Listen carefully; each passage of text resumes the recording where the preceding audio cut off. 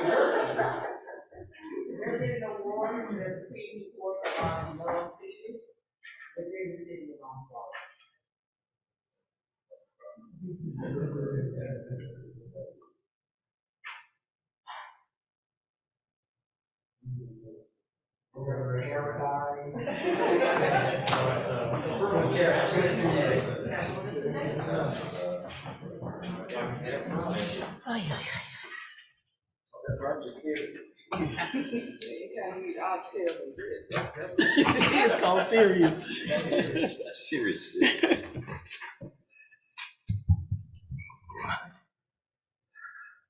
All right, we're done with special presentation. One, public comments. I have several public comment cards. So I guess we'll start with Marjorie C. Lanier.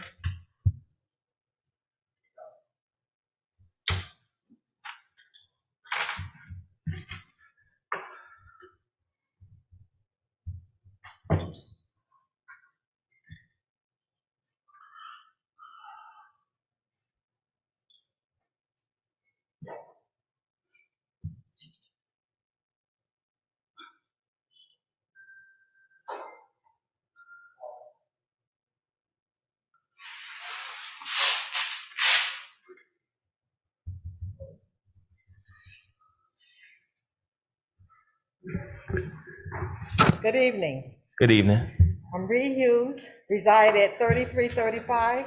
Now, this is supposed to be Miss Lanier. Lanier? Oh, Miss Lemire? Yeah, Okay. I'll be back. you'll be back. Sure. Lanier? No, just let her go through. You don't have to go in Uh-uh. there. Is it Lamar, sir? Lanarre.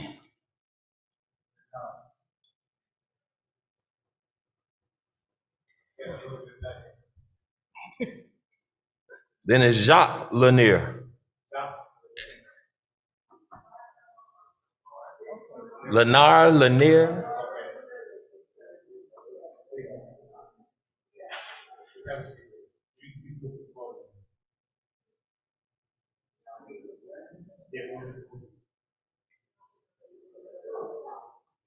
Who we have? Hold on. Who we have? It's supposed to be two Jacques Lanier and. Yeah, Marjorie, you're on the podium now. Good evening, everyone. Speaking to the mic, please. Sorry. Hi, my name is Marjorie Lamar. Lanar. Lamar, Lamarre. Okay. I live on 17363 Northwest 7th Avenue, apartment 101, Miami Gardens, Florida, 33169. Go ahead. The reason I am here today, on February 14, 2022, my sister was struck by a vehicle on 207th Street at over 100 miles per hour. The impact hit her at 90 miles per hour. The reason I'm here today is I need to know why there isn't any stop signs, roundabouts, speed bumps, not even a speed limit on that road. So people come in and out, driving, flying through that road every day and have no regard for lives, for other people's life.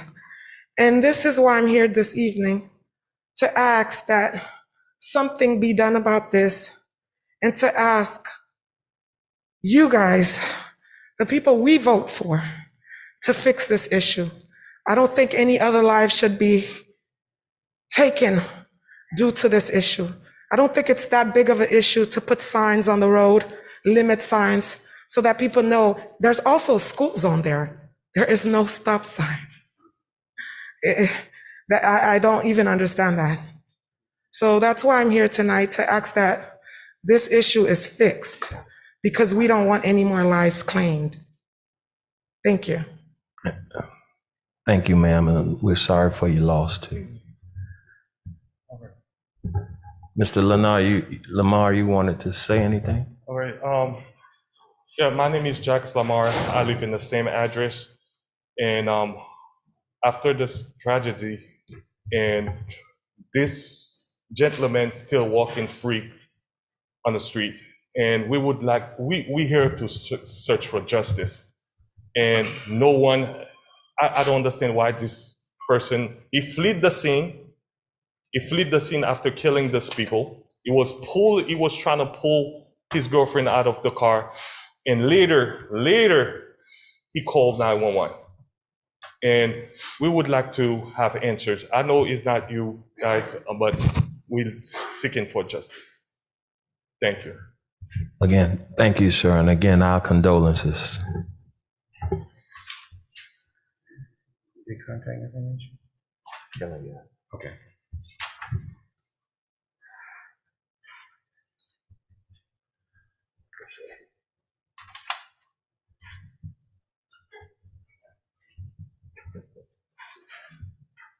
Rhea Hughes.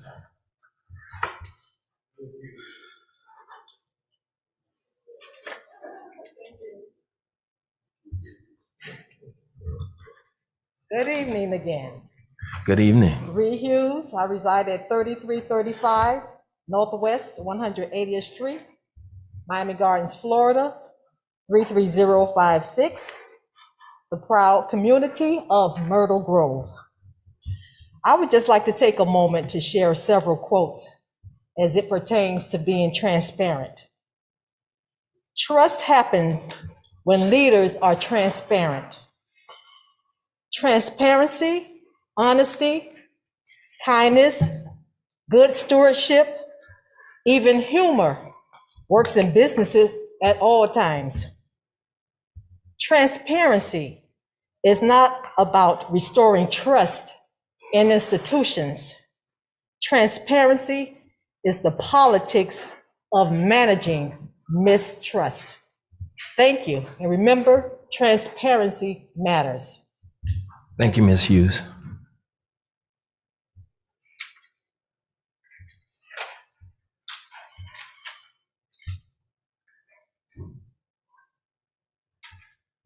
I cannot see this.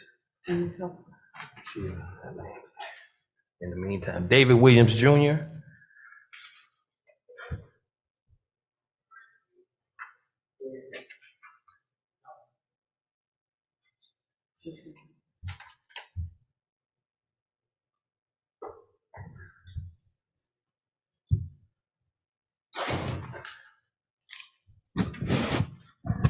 Councilman. Good afternoon. Pleasure. Councilmen, councilwomen, and mayor, city attorney, clerk. How are you all this afternoon?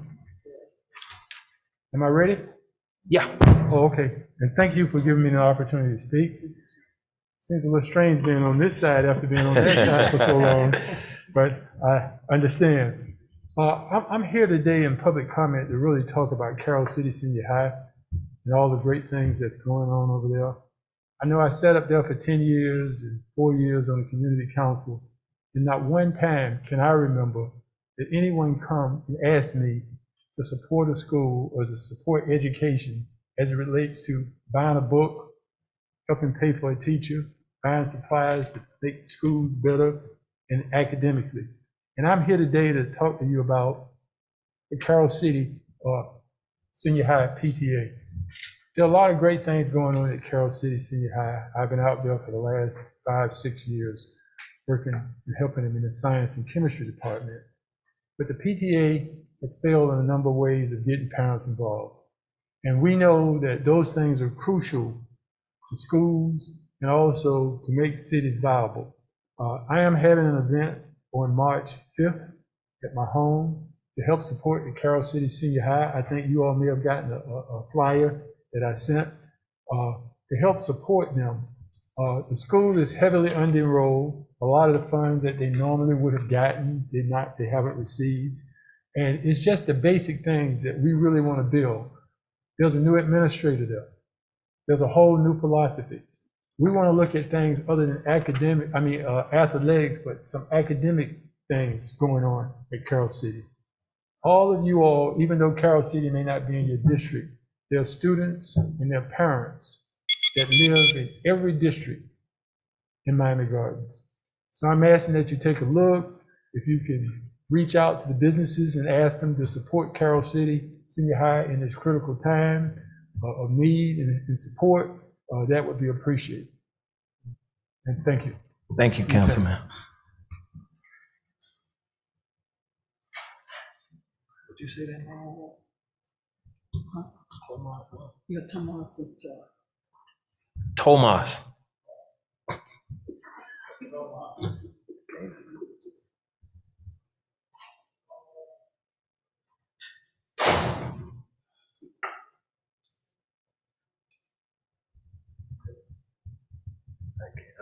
What is it?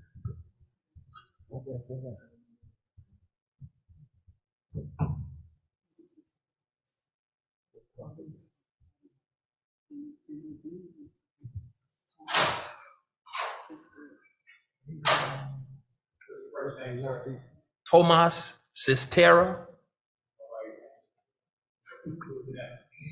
All right. Then we have Helen Wells. Yeah.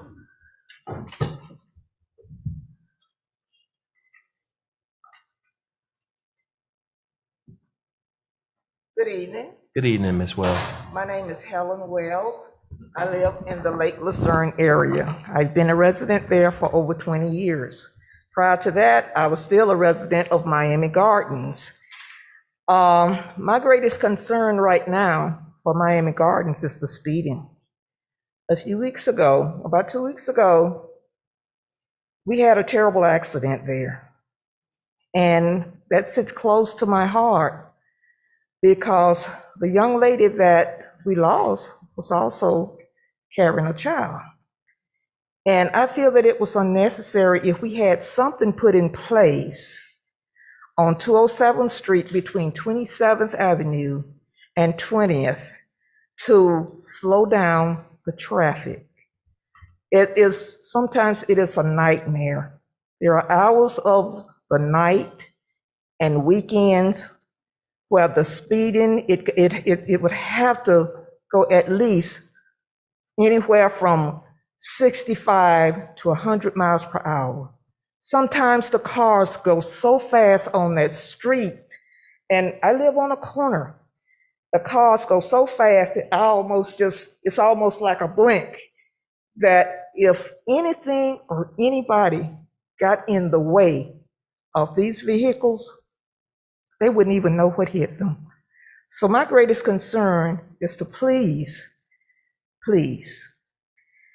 there has to be something that can be done to slow this traffic down on 207, because that was the deadly accident that I feel could have been avoided.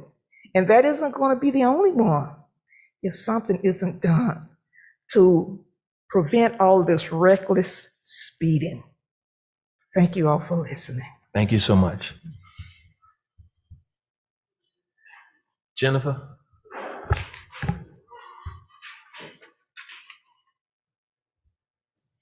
Yes. Good evening. Good evening. Council. Good evening, Vice Mayor, Mayor. My name is Jennifer Nehofer, and I live in Miami Gardens in Lake Lucerne.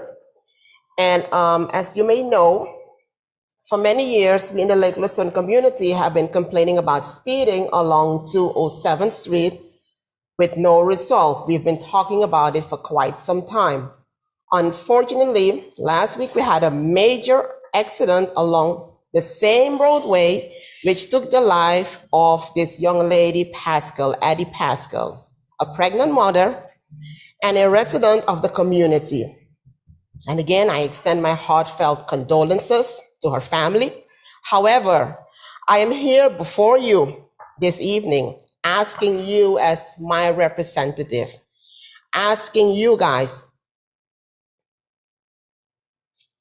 and talking to you guys about this serious issue, because we need to have a discussion about finding a resolution, finding a solution of our problem, of our speeding problem in our community of Lake Lucerne. We were told that an interlocal agreement with the county was signed and a plan would be in place, but today, where are the plans? We as a community are ready and willing to meet with the appropriate personnels in a sincere hope that we can find a remedy to the situation.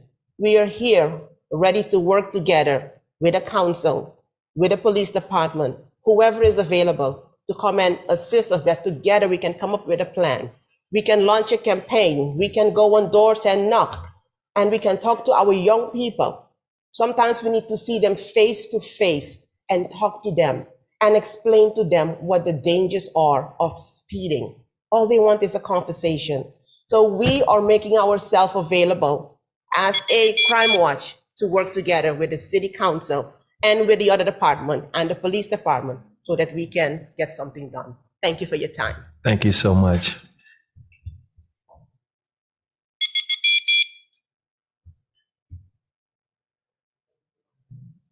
Are there any other written correspondence or anything for public comment? We do have some written correspondence, Mayor. Go ahead. All right, first one's from Reginald Andre, address 1418 Northwest 208th Street, Miami Gardens, Florida, 33169. And it states, As a representative at large, seat 6 on the Keep Miami Gardens Beautiful Advisory Board, I want to provide you with feedback on a project that we have been working on and how we need your support to move it forward. The advisory board is recommending that the city provide an informational mailer to all homeowners and business in Miami Gardens to provide and reiterate proper expectations to the residents regarding how they should maintain the city. By providing this information via U.S. Postal Service mail, residents and business owners will directly be aware of the standard code violations, ordinances that promote a positive impression of our city and consequences of noncompliance. The committee took the time to research a rough estimate of the cost for the mailer and presented it to the other board members for acceptance, and then presented it to our advisory liaison, Suzanne Newman. After presenting the idea to upper management on 2/15/2022, Ms. Newman informed us that the proposal received a negative response of no from those she presented it to. The reason for the negative response was being no funding. Where I would like to work with you all is to go over the objectives and desired outcomes of the mailer project, and hopefully with your support, work in finding the funding for the one-time mailer. I look forward to keep speaking with you in the near future regarding how you can help support this effort to keep Miami Gardens beautiful. Thank you. The next written communication is from Gwendolyn Williams, address 17031 Northwest 42nd Avenue, Miami Gardens, Florida 33055.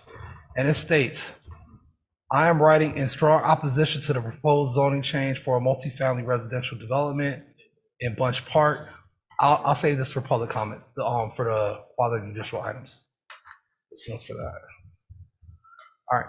And the last written communication is from Gail Olivia Cunningham, address 19001 Northwest 14th Avenue Road, Miami Gardens, Florida 33169. And it states, again, council persons, there are 16 advisory board committees in our city government. 6 of the 16 have membership of 0 to 3. The membership is appointed by you individuals, council persons. Council persons, how many appointments have you made to advisory boards committees since February 9th, city's council meeting? How many? Councilman at large Robert Stevens, Councilwoman Shannon Iguodaro, Councilwoman seat 4 Katrina Wilson, Councilwoman seat 1 Shannon Campbell. How many? The residents have expressed their interest in our city through application and want to be involved. Have you checked the active applications on file in the city clerk's office since the February 9th city council meeting? Again, how many appointments have you made since the February 9th city council meeting? Councilman at large Robert Stevens III, Councilwoman seat 3 Shannon Iguodaro, Councilwoman seat 4 Katrina Wilson, Councilwoman seat 1 Shannon Campbell. How many appointments, council persons? I look forward to your immediate attention to and a detailed response to this question via email, which is attainable in records of your city clerk's office. And also she stated, the residents of Miami Gardens are not yet majority computer savvy. We have e-blast, quarterly news publication, a city map guide, etc., accessible via media in business, government buildings, and social media, etc. With that being said and appreciated, one last piece is needed to ensure all 114,000 residents and 30,000 homes in the city are informed via a one-time informational mail-out. One-time informational mail-out, Mayor Harris, Vice Mayor Leon, councilpersons Julian Stevens, and councilpersons Iguodaro, Wilson, and Campbell. The staff and personnel are well aware of this request and discussions have been made. Now, it is time after 2+ years to allocate the funds needed to redirect funds presently designated at your discretion via discretionary funds being used for social events. And that's all we have for written communications. Right. There's no other public comments. Show public comments closed. We're on ordinance for the first. We have any ordinance on for first reading? No. Mr. Mayor, no ordinance is on for first reading. No ordinance is on for second reading. We're on no resolutions, public hearing. We're now on to the consent agenda. Item 11.1, a resolution of the City Council, City of Miami Gardens, Florida, recognizing March 8, 2022 as International Women's Day in the City of Miami Gardens, provided for adoption representation, provided for an effective date, and this is sponsored by Councilwoman Shannon Iguodaro. 11.3, a resolution of the City Council, City of Miami Gardens, Florida, approving the city's Title 6 plan for 2022, attached here to as Exhibit A, authorizing the city manager to take all necessary steps to implement the plan, providing for adoption representation, providing for an effective date, is sponsored by the city manager. Item 11.4, resolution of the City Council, City of Miami Gardens, Florida, allocating fiscal year 2021 22 Community Development Block Grant, CBG and Paren, Public Service Funds to Mount Pisgah Church, Christie House, Inc., Experts Resources, Community Center, Inc., Sunshine for All, Inc., Prosperity, Social and Community Development, Now Project and Paren, the North Foundation and Seek Foundation in a total of $169,000. Authorize the city manager, city clerk to execute and attest respectively sub-recipient agreements for this purpose in substantial form as that agreement attached here to is Exhibit A, provided for instructions to the city clerk, provided for adoption representation, provided for an effective date, and is sponsored by the city manager. Item 11.5, a resolution of the City Council, City of Miami Gardens, Florida, awarding a request for qualification number 20-21-021, pre-qualification of general building / specialty trade contractors to American Security Group, A1 Inc., DBA A1 Lock and Key, Adrevi Solutions LLC, Conwell and Associates Consulting Company, Vicon Corp., H&L Corp., James Joyce Construction Corp., KIB Construction Corp., One Trade Capital Inc., DBA R&J Plumbing and Backflow Services, RJ Spencer's Construction LLC, DBA RJ's Construction, and the Bannerman Group Inc. Authorize the city manager to issue purchase orders on an as-needed basis for the budgeted amount, providing for adoption representation, providing for an effective date, and this is sponsored by the city manager. Item 11.6, a resolution of the City Council, City of Miami Gardens, Florida, authorize the city attorney and city manager to enter into a settlement to resolve all issues, fees, and costs for that certain litigation style, City of Miami Gardens versus JP Morgan Chase & Co., ETAL, case number 1:14-CV-22206-KMW. Authorize the city attorney to dismiss the litigation, provided for adoption representation, provided for an effective date, and this is sponsored by the city manager and city attorney. Need a motion on the consent agenda? Motion. It's been moved and seconded. All in favor signify by saying aye. Aye. Any opposition? Showing none, show the consent agenda passed. All right, we're now on to item 11.2. 1 second. Don't you have to? We had one item pulled. Yeah, 11.2.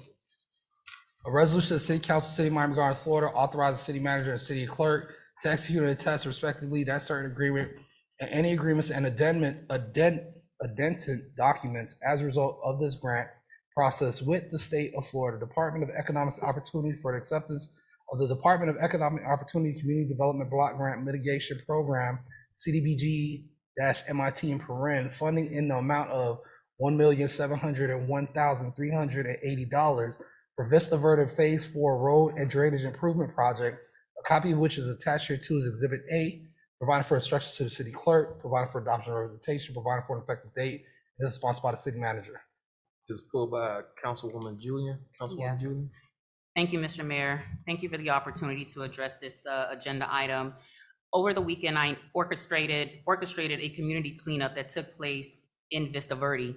And I must say that Vista Verde is in a littered and blighted state. The structures in the area require significant improvement. It is imperative that we improve the quality of life over in Vista Verde. And so I say that it makes me extremely happy to see that our city received $1.7 million in community development block grant funds to improve the roads and the drainage system. These are steps in the right direction. That is allowing our city government, your city government, to invest in critical infrastructure. Critical infrastructure that will lead to beautification and upkeep of Vista Verde. It's my vision for us to continue to work towards improving the Vista Verde area and the quality of life in that area. So, Mr. Manager, to you and to your team, I say great job. Thank you. Mr. Manager, you want to add anything? I have a question? I have a question. Thank you, Mr. Mayor. I actually have a question to, first let me say I agree with my colleague, Councilwoman Julian, to see this project on tonight's agenda does my heart well, because that area, I assist Councilwoman on this past weekend with the beautification project. But not only did I assist Councilwoman Julian, but I grew up in Vista Verde. So to see the improvement and the necessary work that's needed in that community is something that I know firsthand. I can say we have done, the city and county or whomever in the past has done a great job with the improvement through the different phases from 1 to 3. And to see phase 4 now, like I said, it is definitely, it does my heart well, because we need to continue to work to not only improve the quality of life in Vista Verde, but definitely throughout the entire city of Miami Gardens. My question is, through the mayor to our manager, is what are the perimeters of this particular project? I want to make sure that we Mr. address Manager. the area as a whole. Yes. Mr. Manager. Mr. Mayor, Vice Mayor, council members, first of all, let me address your comments. I appreciate the positive comments. This is certainly an area that we've been focusing on for a number of years. This is phase 4 of the focus. We do a good job with it. Tom, who has the Department of Public Works Director, has done an outstanding job in moving this project along. I do also want to compliment Craig Clay and Tracy and Anthony for their work in identifying the funds and moving forward. So with that, I appreciate it. We'll continue to do that good work over there. I'll have Tom address the question directly, Mr. Mayor, if you don't mind. Tom, thank you. Mr. Ruiz. Good evening, Mayor, Vice Mayor, Council. Nice to be here tonight. My name is Tom Ruiz, Public Works Director. Ready for your questions. Yes, thank you, Tom. Mr. Mayor? Go ahead. Thank you, Tom, and Mr. Manager as well. Thank you and your team. I wanted to know, what are the perimeters for this proposed project? So if you, go ahead, I'm sorry. This is the last area of Vista Verde, which is the west side. It comes off, if you're driving 207 on 37th Avenue, the second road, you make a left and you go all the way around by the canal. Yeah. And then that area that has a dead end, all that area that have the cul-de-sacs, the city took over those roads and the drainage in that area, so we can be able to work and take care of the drainage and also the roads. So the parameters for this is that whole area, the drainage and the roads, and we're also, because we're already spent in that whole area between $13 to $14 million of all the Vista Verde area. And so every phase that we did, we actually piped it toward 207, where we're gonna also use this grant to attach all those pipes from all the area to the Snake Creek Canal. That way, there won't be any more flooding in whatever rain we get. But of course, you never know Mother Nature. Sure. But most of that rain will be seeped into the ground with the drainage that we're going to be putting in that area, plus the other ones we got, and anything above and beyond that goes to the Snake Creek Canal. Thank you. And I also know that we're in the beginning stages of this particular project. Should my colleagues and I vote in favor to accept the grant, but I also want to know, has there been is there a proposed plan already in place for that area? We are shovel ready. Yeah. So we got all the permits. We even had to go to the Corps of Engineers to tie into Snake Creek Canal, and that's done. We're ready. Perfect. What's the time frame? We're looking probably 1.5 to 2 years because of the connections. We're probably, as soon as we get the notice to proceed from the state, then we're going to go out and bid on it, because they have to give us certain parameters that we have to put in the bid forms. Sure. Perfect. Thank you, Tom. You're welcome. Any other questions? Great job, Tom. Thank you. Thank you. Mr. Manager, thank you and your staff for wonderful work. Thank you, and thank you for your comments. I need a motion on this item. Motion. Been moved and seconded. All in favor signify by saying aye. Aye. Any opposition? Showing none. Item passes. We're now on to quasi-judicial zoning hearings, agenda disclosures.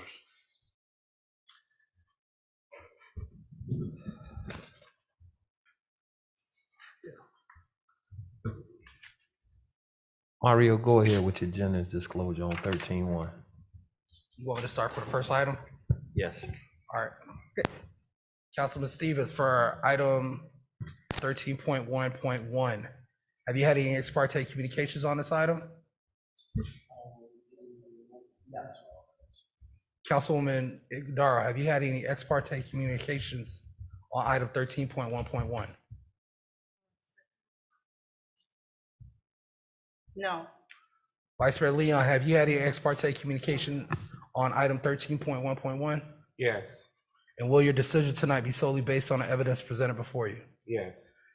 Councilwoman Wilson, have you had any ex parte communication on item 13.1.1? And will your decision tonight be solely based on the evidence presented before you? Yes.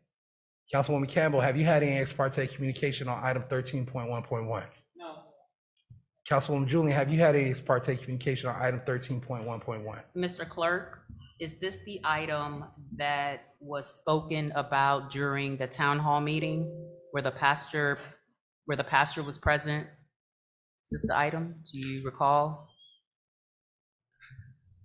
Is this the one that took place in Bunch Park? No, that's Bunch Park. No, that's not this This is item. not, okay. Yeah. So, no, Mr. my answer is no. Yeah. Mayor, Mr. Clerk, I did attend a town hall where this item was discussed. All right, will your decision tonight be solely based on the evidence presented before you? Yes, thank you. Mayor Harris, have you had any ex parte communication? All right.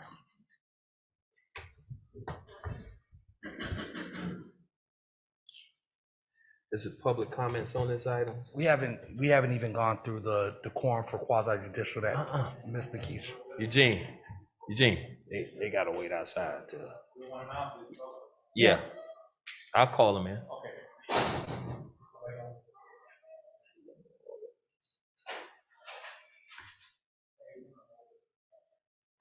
Good evening and welcome to the quasi-judicial portion of the February 23rd, 2022 City Council meeting. For those persons that will or may be speaking on an item on the agenda or commenting on any item, please stand up and be sworn in by the city clerk. For the applicants, your item will be called to order by agenda number and by the title of your request. When your item is called, please approach the microphone, and when addressed, please speak directly and clearly, stating your name and address for the record, and explain the reason for your request.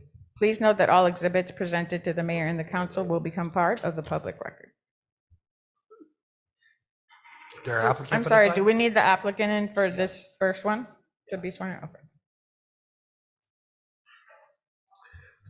Mr. Clerk, do all of those who are on public comment need to be brought in to sworn in? No, I didn't think so. Yeah.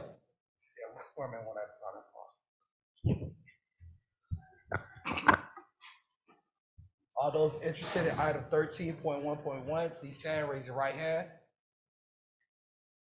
Do you swear and affirm that the testimony you provide this evening is true and correct to the best of your knowledge? All right, you may be seated. All right, ordinance is on for first reading and public hearing. Item 13.1.1, in order to the City Council of the City of Miami Gardens, Florida, approving the rezoning of that certain property located at 3311 through 3341 Northwest 189th Street in Miami Gardens, Florida, more particularly described in Exhibit A attached here to from the AU Agricultural and Utilities to R-15 multiple family dwelling residential, providing for adoption representation, repealing all ordinances of conflict, providing severability clause, providing for inclusion in code, and providing an effective date, and this is sponsored by the city manager. Mr. Manager? Mr. Mayor? Yes. I'm calling Nikisha Smith for the presentation. Thank you. Council members, this is a deferred item for the rezoning of the property at 3311 to 3341 Northwest 189th Street in Miami Gardens.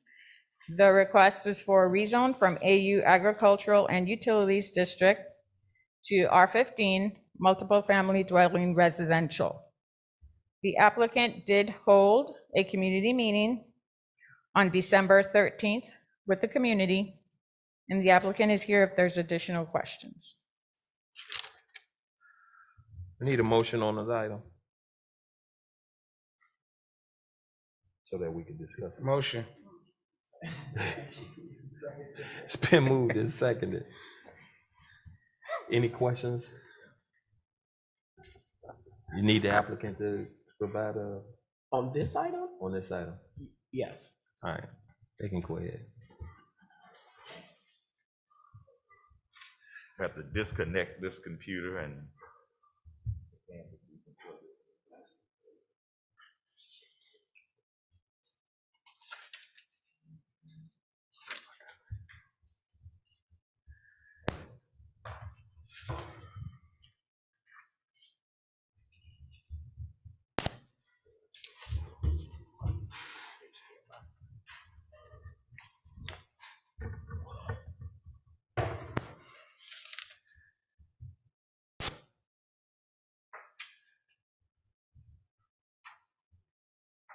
Honorable Mayor, Honorable Board, Robert Holland with offices at 3250 Northeast First Avenue, Miami, Florida.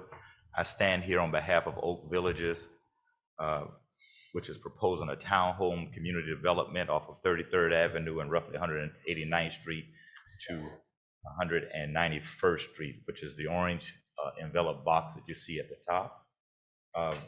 We developed recently, in fact, one property over, with two properties over, a similar concept, a similar product. Initially, when we came in a few years ago on that particular development, many people out of the area came out opposed to it. We sat down with them, we kind of walked them through some of the things that we could do to make it a development that would be appreciable to the community. And I think all those folks around that particular property who were against us then have been supportive going forward. And if you drive by that particular development, it looks beautiful even today. And there's covenants that we have put on that property to make sure that it always looks that way. What you see here is they're proud to present a new rental community, 60 townhomes consisting of 2, 3, and 4 bedroom units. It gives you the list of all of the particular components that it has in it: European kitchen cabinets, modern finishes, tile floors, laminated floors throughout the second floor, central air, Wi-Fi capable thermostat, impact windows and doors for hurricane protection, LED lighting, energy efficient stainless steel appliances, 2 parking spaces per unit, and visitors handicaps, a total of 144 spaces altogether. Obviously the camera system that is consistent with what the city of Miami Gardens requires on multifamily development that feeds into your system. And obviously the green area, green areas per your code as it relates to what the code requires. So in the community meetings that we had, this elevation here of what the buildings kind of look like. These are some of the floor plans. They should be a part of your package already. The renderings of what those floor plans kind of look like, typical floor plans. And this is the front view elevation that you see of this. These are just designs right now. Obviously, as we go through that process with your staff, some of those things may change based on what your staff decides to change with this. Now, there were some concerns in the community, so I just want to be very honest where we are. This is the first hearing. Obviously, it has to come back for a second. We have agreed to re-meet again with the community, again in between this meeting and the next meeting, to talk about the various maintenance covenants. So some of the concerns that were raised, number one was the traffic issues. I guess right now you guys have some traffic that has been, I'm gonna try to go to that one. You guys have some traffic issues when the traffic is diverted off 191st Street. So we talked with some of the neighbors. This would obviously have to be approved by your zoning staff. My client is willing to do what they call traffic calming devices on 189th, not necessarily speed bumps, but maybe speed humps. So all of a sudden nobody's coming through there quickly. They're willing to do 2 or 3 of those along that road to kind of slow traffic down on that road, particularly when that area is being kind of diverted on game days, when they're supposed to be going down 191st and they kind of dip over to 189th. The other thing that we talked about with the neighbors were some sort of gate entry options coming into the property where only the tenants would be able to come in off of 189th with a fob system or a key system. Anybody else who comes onto the property, visitors or anyone else, would have to come in off of 191st. So again, that would take the pressure off of 189th as well. When you look at the product that is being produced, it's a very, very quality product. The other issue that came up, and this has become a global issue throughout the county, the price of housing is out the roof. And with all honesty, the price of housing has gone up, according to CNN yesterday, 20% in the last year nationwide. It's a big jump. Some of that is dedicated or dictated by the fact you can't get supplies in to build major development. So now you have what they call a supply and demand issue. You have a greater demand than you have supply. So in order to keep housing affordable in a community, you have to bring housing online. And I know everybody thinks you can just bring a lot of single family housing in. You're one of the largest Black cities in America now. You're competing with Atlanta, Houston, Washington DC, you know, you're competing for the business centers that they have. You're competing for the type of professionals that they have to be in your city. So you're now competing on a whole different level. And so you have to have different qualities of housing stock to bring people in. Everybody won't be in a single family home. In fact, the cost of a single family home, if you've looked at your tax bills that go out to your residents, if they're homesteaded, they're great. If they're renting those properties out, they're paying a whole lot more taxes now because those property values have grown so much. And the only thing that you can do to bring about affordable rents is two things. One, affordable housing where you're adding a subsidy to offset the cost of what the market is. And I know this, you guys have kind of fought that because you got inundated with affordable housing in the past. In order to do that, you got to either bring subsidies to the deal or have to create more multifamily housing. And so on this application and the one that I have after this is trying to keep that residential single family kind of look, because you're talking townhomes. So you're going 2 stories to give people the kind of room spaces they need to raise a family, by adding a lot of amenities into the deal to make sure there's something that people feel comfortable to come to. And so the pressures you have are the same pressures that all these other major cities are having as well. And with all honesty, some of the other cities here within Dade County. So we've tried to address, or willing to address, the traffic calming issues that people have raised along 189. We're willing to address, again, the entry features coming in, so you eliminate some of the stuff that the residents or tenants that will come in, or the guests on 189th, everybody come in off of 191st. And the other thing that we talked about, because housing is not in and of itself bad. Dilapidated housing and poorly maintained housing is really what cripples a city. And if you look at many cities, you see that as the major issue that they have. And so when you do a single family home and it's a purchase, people own that property, they do what the heck they want to do with their property, but for whatever code violations you can give them. On these rental properties, you have one owner and you have a lot more control over making sure those properties are maintained, sometimes above and beyond what your code has in it. And so here's some of the things that I've spoken to both clients about. Both are willing to paint the buildings no less than every 10 years. Both will repair all roof leaks within 3 weeks from time of notice in writing from tenants. No derelict vehicles, that mean non-operational or expired tags, shall be stored on these sites. All tenants' vehicles shall be registered with the property management office. Landscaping shall be performed no more than 3 to 4 week intervals. Landscaping shall be maintained at the standard included in the approved landscaping plan submitted for the development approval, which means if a tree dies, they have to replace the tree. If the grass dies, they have to put new grass. Oftentimes, you've heard me say this on other applications, people come in and develop commercial, industrial, you name it, I don't care what the development is, and it goes in pretty, but over time it erodes and there's no condition to make them go in and repair it. These guys are willing to at least do the covenants to make sure you don't have that issue with this property. No hanging of laundry or personal effects from exterior terraces, balconies.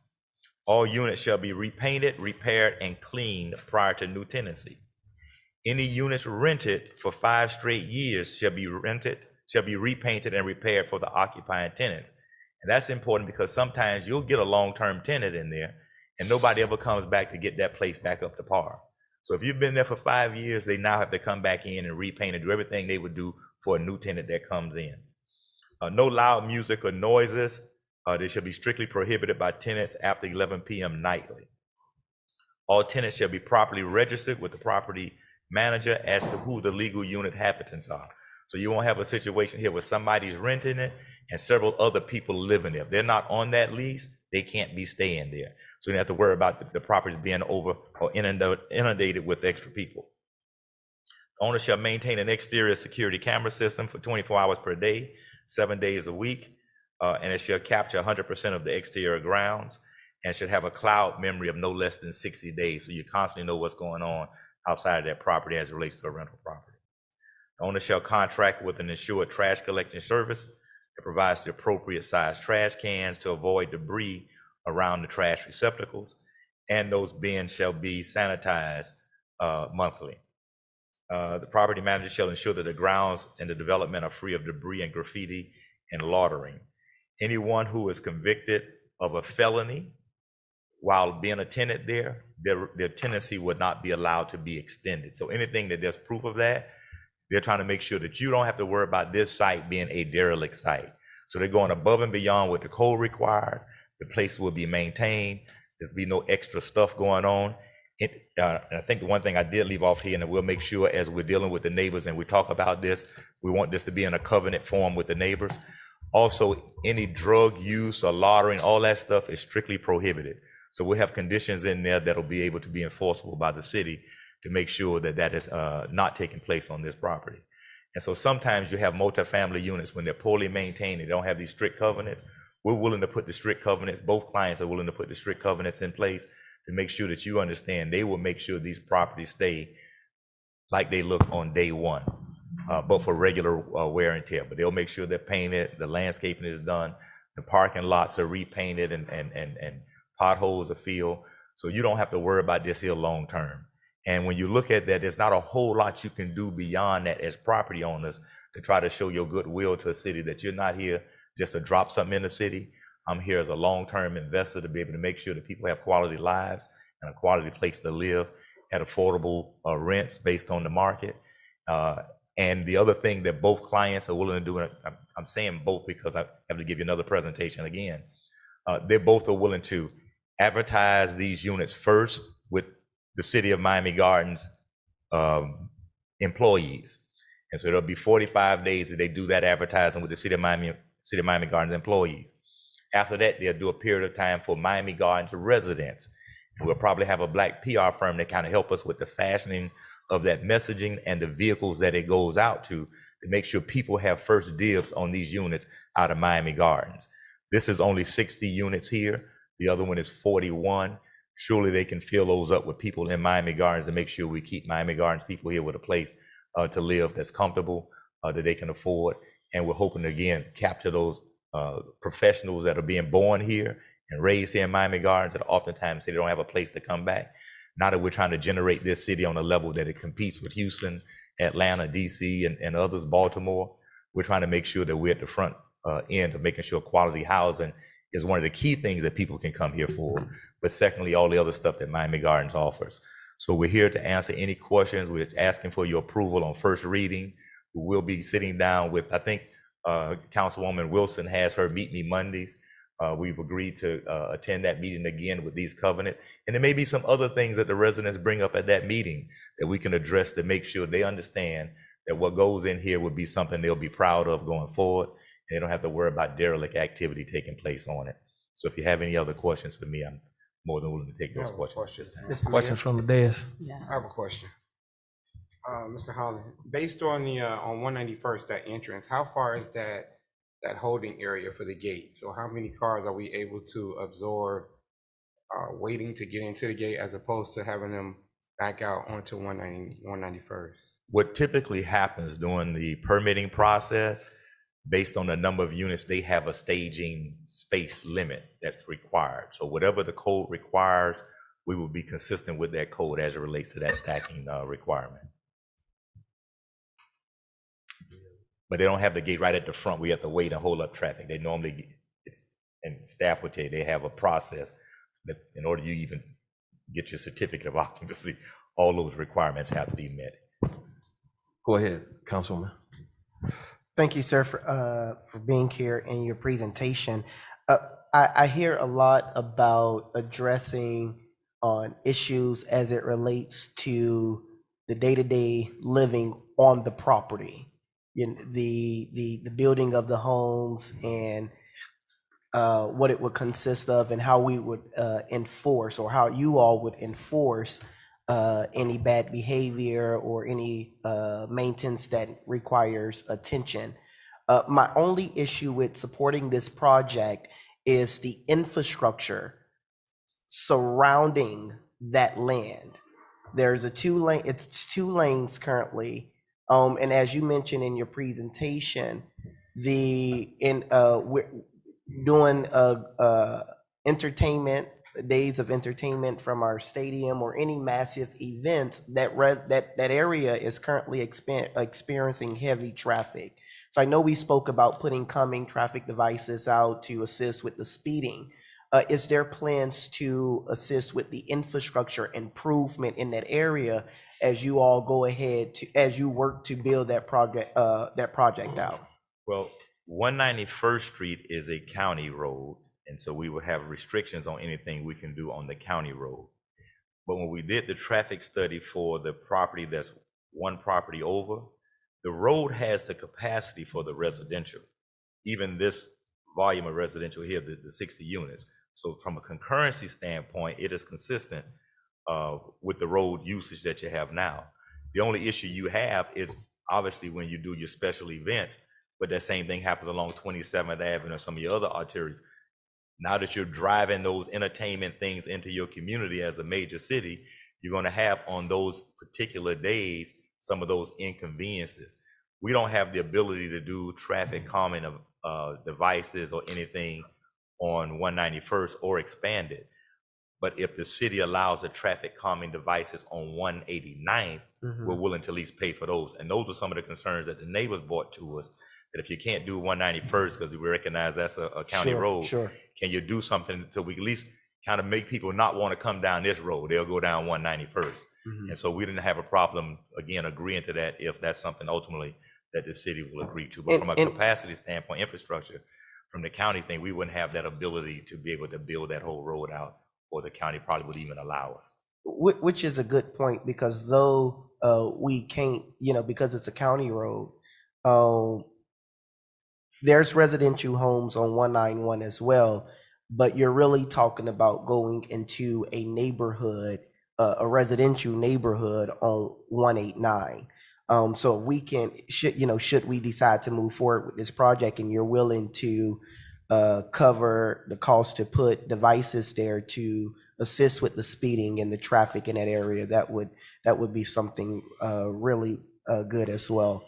My other question is as it relates to units for workforce housing for our first responders and our frontline employees. This particular client does not have an issue with some workforce housing initiative. He has a little more units to kind of work with. The smaller one is a little more difficult. That's why he's willing to reach out to the first responders in the city and give all of them and Miami Gardens residents the first right to come in to get those units. How many could you? About 7%. 7% of the 60 units? Okay. Yeah. Okay. He has a little more margin he can work with than some of the smaller. The smaller the development, the less margin you have for that. And the reason why I ask about that is because as we continue to advance our city and move our city forward, there is a middle percent, there's a percentage of individuals that's in the middle that can't afford market rate, and they can't afford, and they make too much to live or get into subsidized or low income. So as long as we're putting a footstep to address that issue, I would appreciate that. That actually ends all of my questions, Mr. Mayor. Thank you. All right. Any other questions or concerns from Yes, Mr. Mayor. Go ahead. Thank you. Good evening, and thank you for being here tonight, and thank you for your presentation. I must say that your vision is beautifully articulated for this project. My question to you is, are there going to be any amenities in this townhome development? Well, because it's such a small piece, you won't have anything like a pool. It'll be park area, open area that the zoning director knows have made sure that you have those areas in there that can accommodate kids and everything else. But it's a small parcel to kind of get all that stuff done. And so really with the amenities, we're trying to put them into the units with the quality of stuff that's in those units. And that's why they have no problem with the strict enforcement, because if you're going to put this kind of investment in to make it work, you want to make sure you don't have just derelict activities just tearing it up. And so it's probably more so inside the units that you get most of the amenities versus the exterior. So it doesn't have enough space for a real pool. And so the economics of it doesn't work there. Sure. And when you add those things in, that also gets all those non-residential areas that you add amenities into, the cost of that gets spread back out. So now the rates and all go up on what you have to charge people for that, because now it's the construction of it, the maintenance of it. You know, it's a number of things that go into the calculation of how you get to these rents, but most of it is going back into the units themselves. Thank you. Any other questions or concerns from the dais? Go ahead. So when we say 7% for workforce housing, I'm not good with math. So is that 4.2?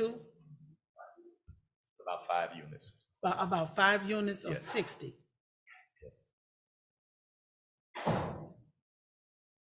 For workforce housing?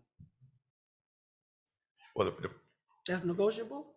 well, Councilwoman, here's the issue on it. When you say negotiable, you're taking a loss on those units, but you're not getting a loss. You're not making that up anywhere. And so what used to happen, you know, the county would give you for affordable housing units $4 or $5 million, and say, with that, you now have to offer these rents at this level. So it gives you something to offset. On this one, you're floating. It's like a mortgage. You got to make sure that the income that is coming in on those units is enough to be able to satisfy the debt service that you have. And so it's difficult sometimes when you don't have any subsidy to sit and guarantee a whole bunch of stuff that you know is a giveaway. That becomes difficult and it becomes a fail. I guess what I'm concerned about is when I begin to think about workforce housing, and especially when I begin to think about putting up 60 units in the existing ones that are there, I am concerned always about crime rising. I am concerned about the presence of our law enforcement in those kind of arenas. And when our law enforcement, we just did a great swearing in today.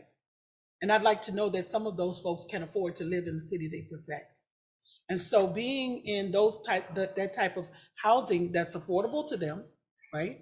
And also serves as a natural security. Because, you know, my concern, as is with the residents, is that when we have about 2 slots for parking, right, where do your guests park? And if there's going to be additional parking on the grounds, so that they're not in the perimeter of the building during holidays and events and things of that nature. And I'm not asking for an answer to that about the parking concern, because I'm sure we'll talk about that a little bit later. But I am always concerned about whether or not we are able to get some of our workforce people that are in our community to live, work, and play here, because that's part of what we like to believe is our reality every day. Well, I think that's why we're saying we're willing to do all of the pre-advertisement first with city employees, and then after a 45-day period, and you start that before, you know, as you start in construction, city employees for 45 days, they can go out as a letter in there with their check, or they can go out to them via email in the office, however you guys decide to help us. We can send that information out to everybody to see who we get first from the city. After that, it'll be a push within the city of Miami Gardens, preferably in that area first, because typically people in that area, if they're kids and they're leaving their moms, you know, home or whatever, and they want to stay close to mom or whomever, it gives them a chance, one, to be able to find a place close by. And so that's why the marketing is being done that way. And again, trying to make sure it doesn't have the crime issues and everything else. It feeds into your camera system. It has a cloud system where you see everything that goes on outside of that property for 60 days. And anybody in law enforcement would tell you, it's one thing to have a camera. It's another thing to have a backup system where you can see it after a week. Some people have it for a week or 2 weeks. The cloud system will at least be able to maintain all that stuff for at least 60 days. And then you're talking about all the other stuff that we can put in as provisions in a covenant. And the beauty of this being a covenant, it follows, if they were to sell this property 10 years from now, whoever buys it has these same conditions that they have to honor in that community. And so that makes it beautiful that you can do it that way, and you obligate to make sure that it'll maintain itself over long haul. So again, we're trying to find all these creative ways to answer the questions or respond to some of the concerns that folk had, while also recognizing that the housing stock has to be upgraded, it has to be complemented, in order to try to keep housing levels at a level that people can afford by having a supply. Can we go to public comment so we can hear from the public in reference to this item? And then if we have any other questions, we could And come then the other back. thing, again, we come back on second reading, so we still will be meeting with the community to kind of go through these things as well, and what other issues they come up with.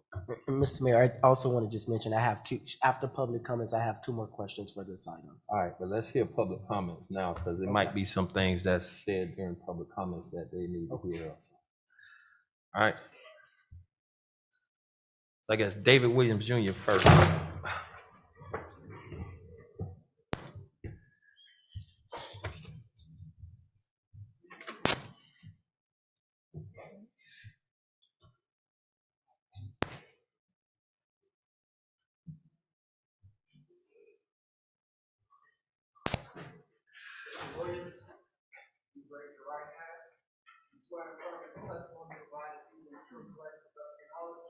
I do. Am I stating my name and all that stuff? We'll let you pass this Oh, time okay. since you Well, said thank it you. the first Thank time. you all again, councilwomen and councilmen. Mr. Williams, check that mic to see if it's on. Maybe I need to come down lower. Got to Can you hear bend me now? down a little bit, you know. Thank you all again. I'm here speaking on behalf of St. Thomas and the zoning. Oh, that's the wrong one. I'll call you back for the St. Thomas one. Okay. Thank You had the wrong PDF number on here, Oh, so okay, I'm sorry. that's okay.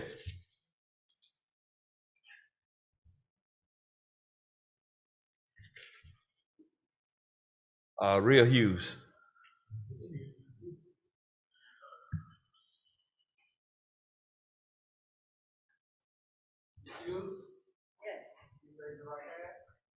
There you are.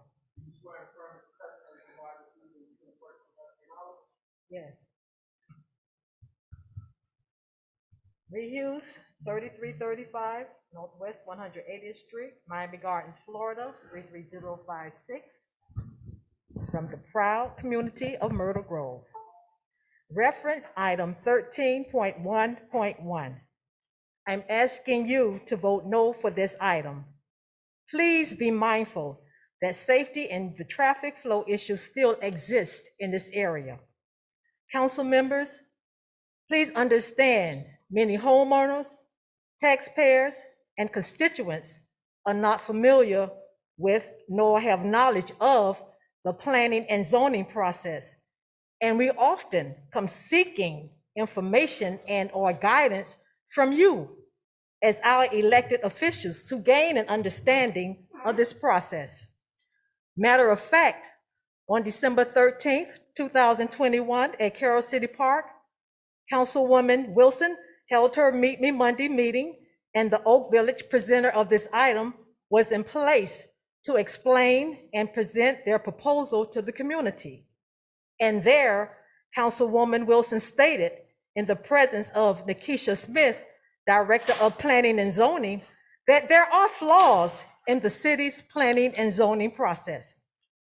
So I say to you this evening, what people don't understand, they won't value. What people don't value, they won't protect. And what they don't protect, they will lose. I ask of you to vote no for this item. Let your community win. Stand up for your community. Thank you. Thank you, Ms. Hughes. James Ward.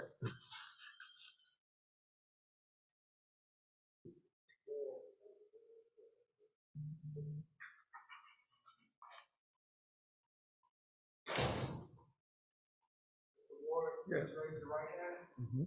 You swear to affirm the testimony provided to you is true, correct, and knowledge? Yes, I do. Good evening. Good evening. Commissioner. All right. Mr. Ward, James Ward, 3351 Northwest 189th Street. Proud resident of Miami Garden for almost 50 years. And I'm speaking in opposition to the zoning of this particular property.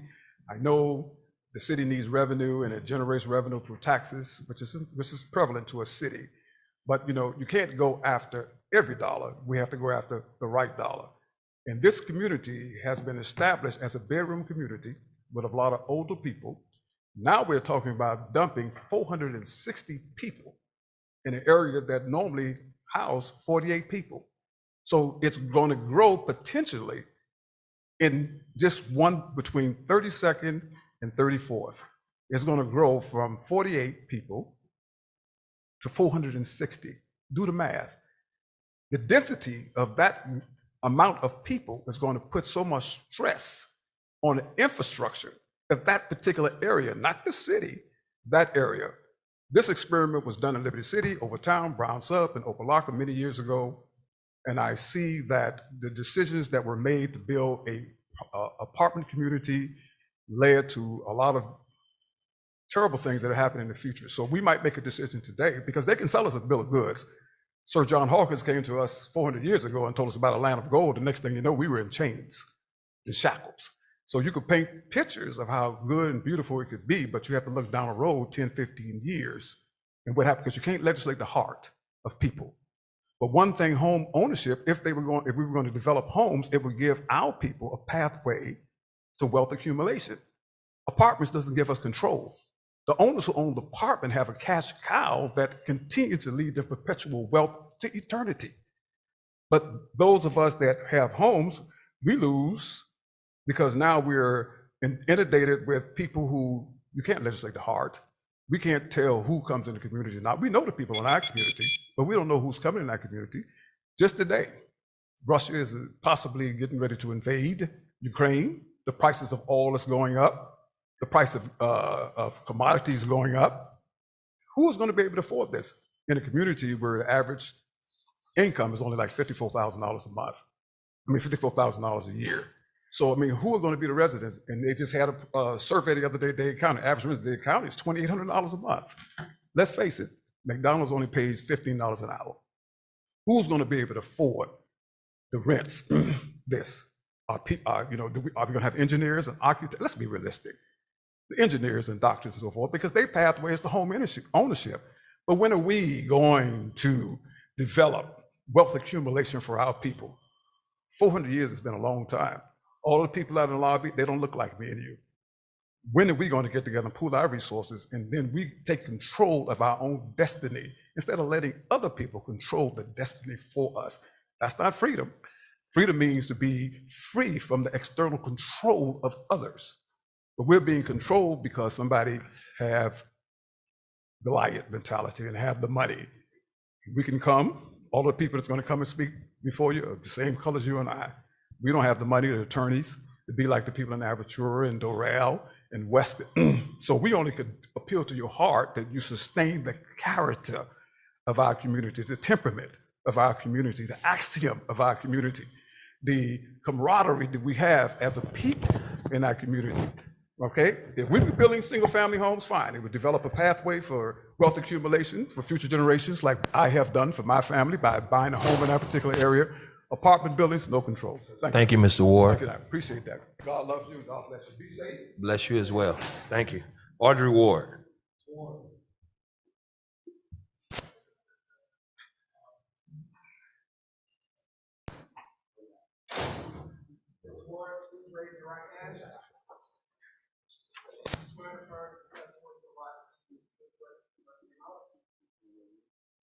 I do. My name is Audrey Ward. I live at 3351 Northwest 189th Street. I am in opposition to rezoning 3311-3341 Northwest 189th Street with the 60 multiple unit 3-4 bedroom townhouses, which would place approximately 150 more vehicles on all surrounding 2-lane streets. Basically, I believe that the city should do a traffic study which would prove evidence of what the issues and complaints are. Basically, I've seen everybody, all of you council people, except a few. Also, I've contacted Dade County engineers who have promised to do traffic study, but only after 90 days. Basically, I've lived here 45 years, okay? In this community, I've seen the expansions, I've seen the decline, and also the fact that in these particular areas, because of the traffic volume and the consistency of the traffic even having trolley car going down the street X number of times. Also, the churches, the schools on this one street. It has proved over the years to be such strenuous difficulties for our seniors, for children, especially since they put the villages of Miami Gardens. Children, I've seen children riding in the streets, on the street, doing stuff, and I go out to holler, get out the street because these cars are flying so fast, okay? In addition to that, I myself have gone around in the community to speak with various people, passing out information, making my own flyers, using my own ink to let the citizens know what's going on in the neighborhood. I've walked for days and days and days, and these people do not know because they are working. And then on top of that, these people are very upset because property tax, they tell me everything that's going on. Not only that, we have those same churches, some of the same churches in the neighborhood, they feed people. These cars are lined up on, I think, twice a month. And in addition to that, there are people who ride their bicycles to come and pick up the food, bring their little carts to pick up the food, okay? And then I go to help out with the churches, even Gospel Tabernacle, to help them with the food, and then I deliver food to the neighbors. These are seniors. They are very upset because of what's going on in the neighborhood. This area cannot take this strenuous. Thank you, Ms. Ward. Carolyn Ward.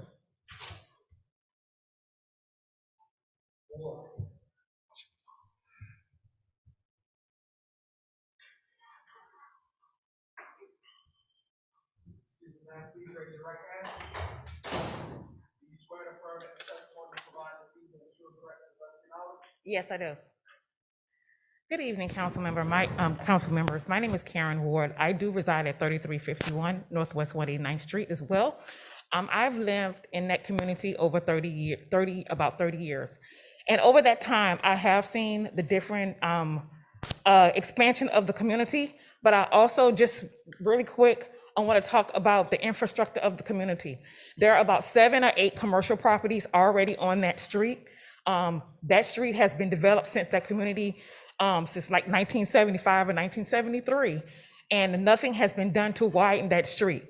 You already have the villages of Oaks of Miami Gardens, that's like 4 houses down. You also have a church, you have an affordable housing community directly across from that church with senior housing. You have St. Monica, you have the school in St. Monica's vicinity, and then you have the Catholic Church. And adjacent to the property that in question, you also have, even though it's zoned agricultural, you have the Seventh-day Adventist Church, you have a Seventh-day Adventist school, and you have a daycare, along with Gospel Tabernacle. Now you also, in addition, want to then, without any widening of the street, without any, it's just unheard of because you don't see that in other communities. You don't see that in Miami Lakes. You don't see in where these gentlemen are coming from. They would not allow that many structures. I'm all for tax increasing as far as the taxes for the city and monies for the city, but I also believe that it should be put on a maybe major thorough street, not necessarily that community or bedroom community. You can use another property to put that affordable housing if that's what you want. That's what I have to say. Thank you. Thank you. Benny Copel. Benny.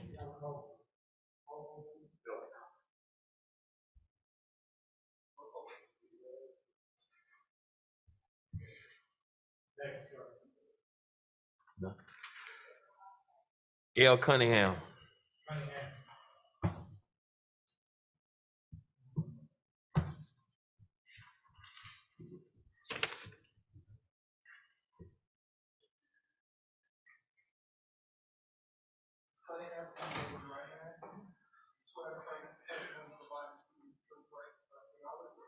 I do. Good evening. On behalf of 13.11, we are saying no. I personally have gone around with my neighbors in that area, and we've delivered about 500 flyers. I know the young man came up early and said the community is in agreement. No. We've spoken to those people. No. They are concerned about the traffic. They're concerned about 61 units coming up and 100 or more cars coming out of there. They're concerned about their children in those schools and all the traffic going down as fast as it's going. That is a bedroom community. They actually want it to be, if anything is built there, single family homes. That would be along with everything else already there. They're concerned about what can happen if it's a rental community, but you don't know who's going in, who's coming out. You cannot control it. And as he said, that you don't know how many people will be living there. They're not going to be on site on that property, peeking in, having some little windows to see how many people are actually there, And everyone has a way of getting around something that's already set. So the word of the people, of the 500 flyers that we passed out over the last few days and weeks, the word is no. And the meeting that he made reference to that's coming up after the first reading is not over. Who says this is going to happen?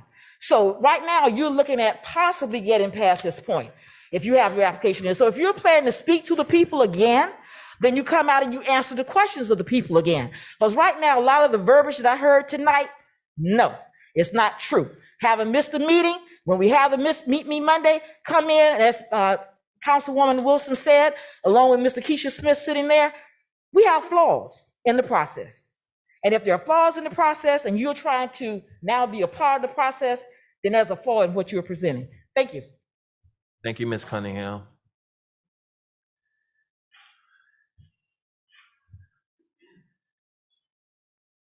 Brenda Providence.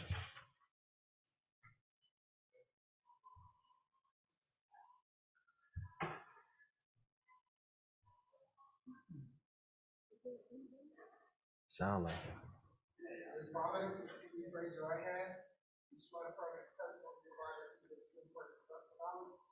Yes, I do. Good evening. Good evening. Brenda Providence, 2021 Northwest 154th Street in the beautiful city of Miami Gardens. When we come out here to council meetings to speak for the residents, we know we don't speak for all of them. We speak for most of them. There's only one Miami Gardens. I don't just live on 154th Street, I live in Miami Gardens. So what happens in Miami Gardens affects me.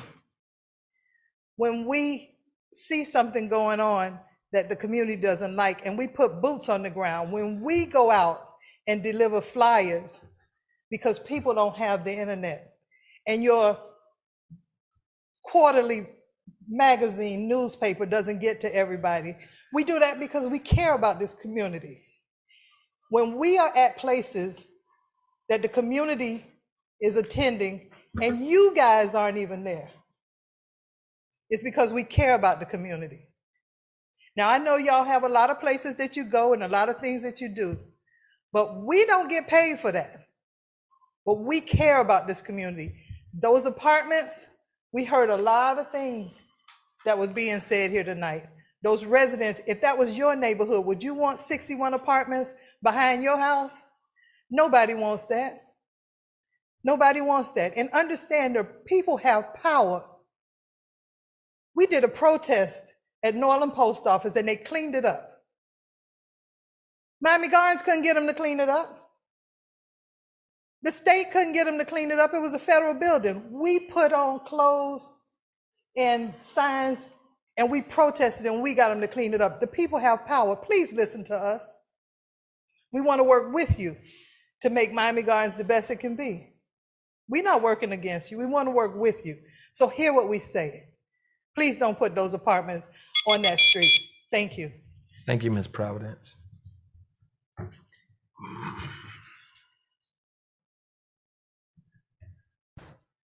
think that's all the cards I have for public comments. Are there any written communication? No, there are no written communications on this item, Mayor. All right. Mr. Stevens, you had another question for the applicant. Yes. For clarification purposes, are they? Barnes? Bring them in.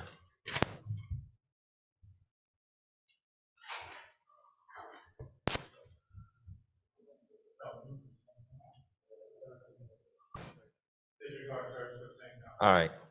Go ahead, Mr. Thank you. For clarification purposes, is this project apartments? The townhomes. That's okay. Yeah. These are townhomes.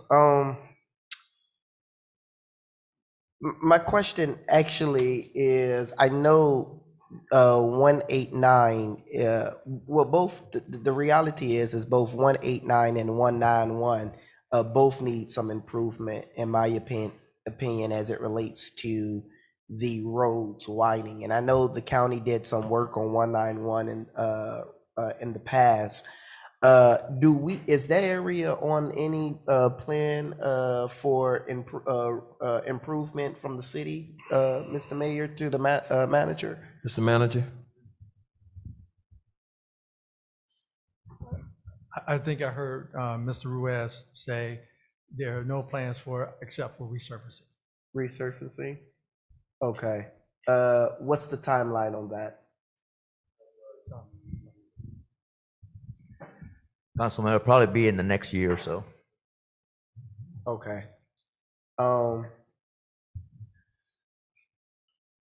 Okay. Thank you, Tom. Thank you. I just want to make sure I heard correctly, Mr. Holland, when you mentioned as it relates to promoting the units to the residents and to current residents of Miami Gardens, as well as our employees, you mentioned that you would hire a minority company, advertising company? Correct. Okay. Okay. I have no questions at this point. Thank you. All right. I have a question slash statement. So, Mr. Holland, based on the presentation that you all put up here, and just so that we are clear and the viewers are clear, there is going to be a screening process, right? So we do have a handle on the type of tenants that will be coming to this development should this item move forward. Is that correct? The city of Miami Gardens requires it as part of your process. Okay. So that's one of the beautiful things you guys have done. You do require that. Thank you. And Mr. Holland, this is on for rezoning from agricultural to R15 residential. Residential.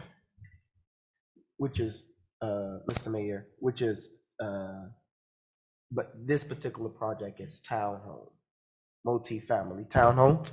Townhome multifamily, correct. Right. Yeah, that's still residential. Yeah, no, but I just wanted to specify what this project is, Okay. because it seems Not that, rental.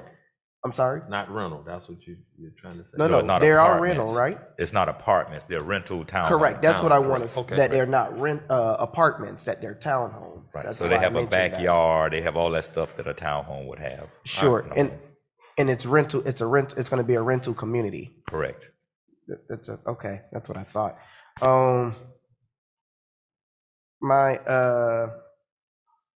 I lost my question.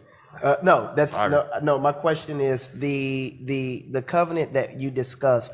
It's not included in this. Is that way that we can include the covenant? Well, this is first reading. What we wanted was an opportunity to run these items past the community as well. And then after that meeting, we will reduce everything into a covenant form. And we have no problem posting that covenant in a place for all the world to see as people Gotcha. move around, so they know what the covenant is. Thank you. And just so that we're clear and that the residents feel comfortable should this item pass forward, covenants are recorded with the county. Is that correct, Madam Attorney? Well, first, this is a rezoning item, so you're not gonna see a declaration of restrictive covenants with this item. You're not approving a development tonight. You're approving a Right. rezoning from agricultural to residential. Right, right. If there is a covenant that we require at the time that they do site planning, then it would be recorded, yes, ma'am. With Miami-Dade County? Yes, Okay. ma'am. Thank you. Right. Any other questions or concerns from the dais? I have. Go ahead. Can you just walk me through this process one more time? And that is this, right? And tell me if I'm incorrect. Tonight is the first hearing, correct? And then they can come back either the following month or the following month for a second hearing, right? And in between, they can have an opportunity to be heard. Is that true? You mean opportunity to Be heard by residents. meet with the residents? Yes. Yeah, because I want to do some what ifs. So if tonight, through the first hearing, they move to the second hearing, then in between, they can have a hearing with their community, correct? Yes, As ma'am. they are basically saying. They can have a And meeting. then the second hearing, when they come back before us, would be the final that we will be voting on the rezoning, Yes, ma'am. correct? Yes. Okay, all right. Okay. Any other questions or concerns? All minds and hearts are clear, aren't they? All right, Mr. Clerk, call the roll. Councilwoman Wilson, Yes. Councilwoman Julian, Yes. Councilman Stevens, Councilwoman Campbell, Yes. Councilwoman Godara, Yes. Vice Mayor Leon, Yes. Mayor Harris. I vote yes. Motion passes 7-0. Thank you, and we look forward to working with the community to try to iron these issues out. Please do, Mr. Holland, please. We're now on to item 13.1.2. An order to the City Council, City of Miami Gardens, Florida, approving the rezoning of that certain property located at the intersection of Northwest 37th Place and the Palmetto Expressway, Northwest 167th Street, in Miami Gardens, Florida, more particularly described on Exhibit A attached to from single-family dwelling residential to planned corridor development, repealing all ordinances in conflict, providing severability clause, providing for inclusion in code, providing for an effective date, and this is sponsored by the city manager. Mr. Mayor, Yes. I go ahead and poll the council on ex parte communications. Yes, please. Councilman Stevens, have you had any ex parte communication on this item? Yes. And will your decision tonight be solely based on the evidence presented before you? Yes. Councilwoman Godara, have you had any ex parte communication on this item? No. Councilwoman Wilson, have you had any ex parte communication on this item? Yes. And will your decision tonight be solely based on the evidence presented before you? Yes. Councilwoman Campbell, have you had any ex parte communication on this item? Yes. And will your decision tonight be solely based on the evidence presented before you? Yes. Councilwoman Julian, have you had any ex parte communication on this item? Yes. And will your decision tonight be solely based on the evidence presented before you? Yes. Vice Mayor Leon, have you had any ex parte communication on this item? Yes. And will your decision tonight be solely based on evidence presented before you? Mayor Harris, have you had any ex parte communication on this item? Yes. And will your decision tonight be solely based on evidence presented before you? Yes. Mr. Mayor, may I go ahead and administer the oath of truthfulness? Yes. All those interested in speaking on this item, please rise so you can be sworn in. Raise your right hand. You swear and affirm that the testimony you provide this evening is true and correct to the best of your knowledge? All right, you may be seated. Mr. Mayor, this is a public hearing on this item, just as a friendly reminder. Do we want to hear public comments first before we start the presentation? Just so that we can we hear the presentations, and then before council starts asking questions and have a deliberation, maybe we bring in the public comments first. All right.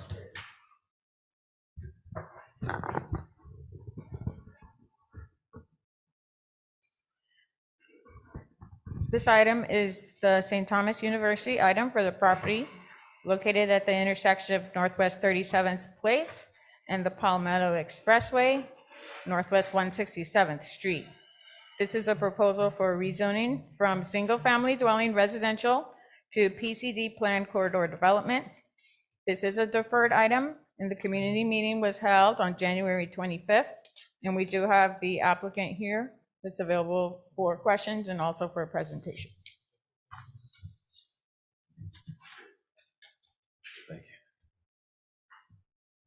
Mr. Mayor, Mr. Vice Mayor, esteemed council. My name is David Armstrong, the president of St. Thomas University. I'm here tonight to ask for a zoning variance on a piece of property that is not contiguous to our main campus across 37th Avenue. It is a property that has 7 parcels, 3 are zoned residential, 4 are zoned commercial. We're asking for zoning to make the parcel uniform. That's what we're doing. As I start this presentation, hopefully this works. Okay.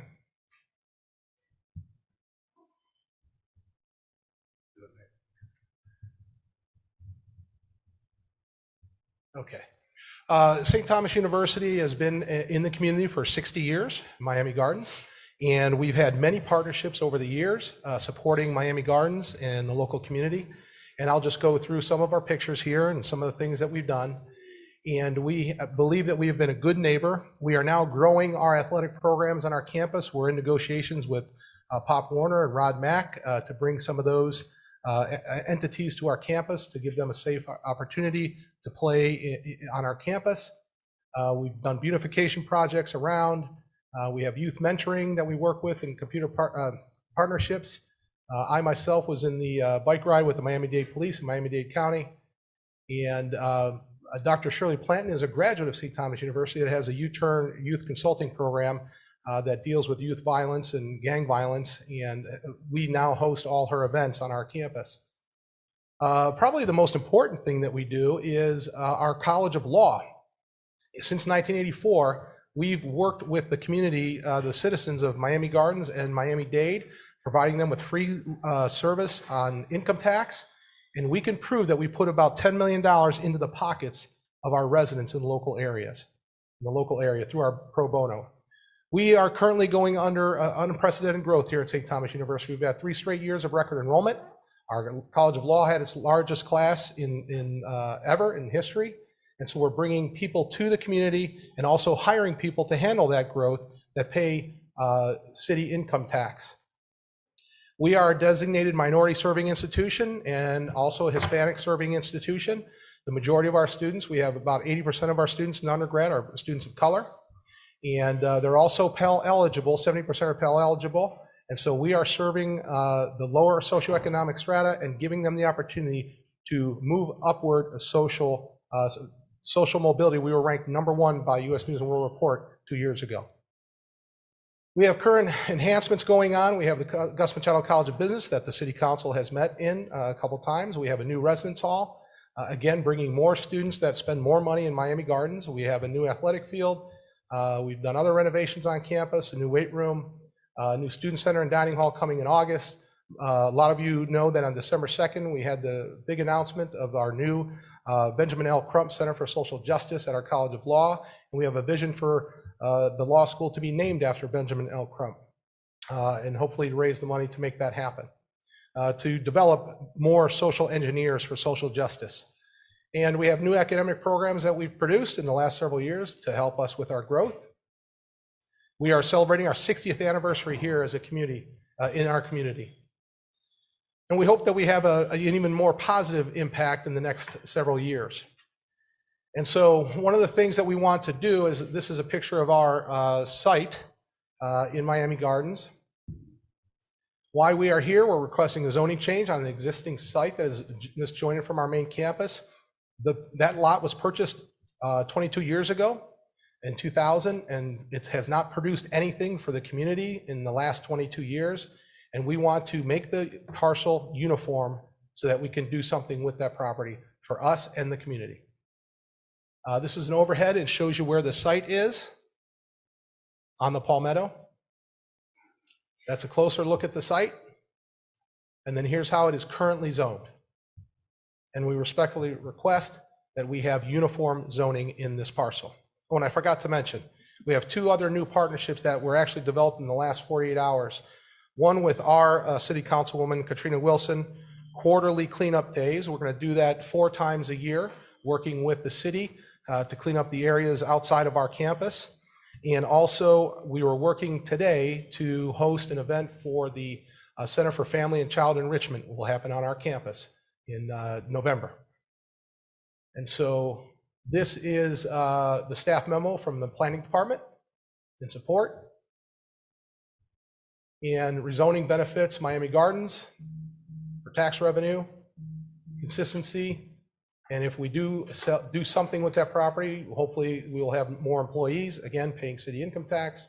We had 2 community meetings, one on January 20th, and then we had another one last night. The first one went 2.5 hours. Last night we were there for an hour and a half, answering all the questions and having great comments and being completely transparent with our neighbors. And so we really appreciated all their comments and their support. Or I shouldn't say some people disagreed, and that's fine. But it was really a good experience with our neighbors. I'm sorry, January 25th, and then last night. Everyone knows that all the studies show that having a university campus in your community keeps the property values high, and it gives tax benefits, and obviously brings vibrancy to the community. And we will continue as we grow to help.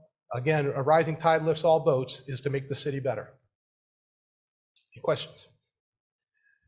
Need a motion on this item. Been moved and seconded. Thank you, Mr. Armstrong. Thank you.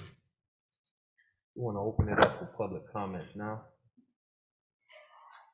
Albert Childress.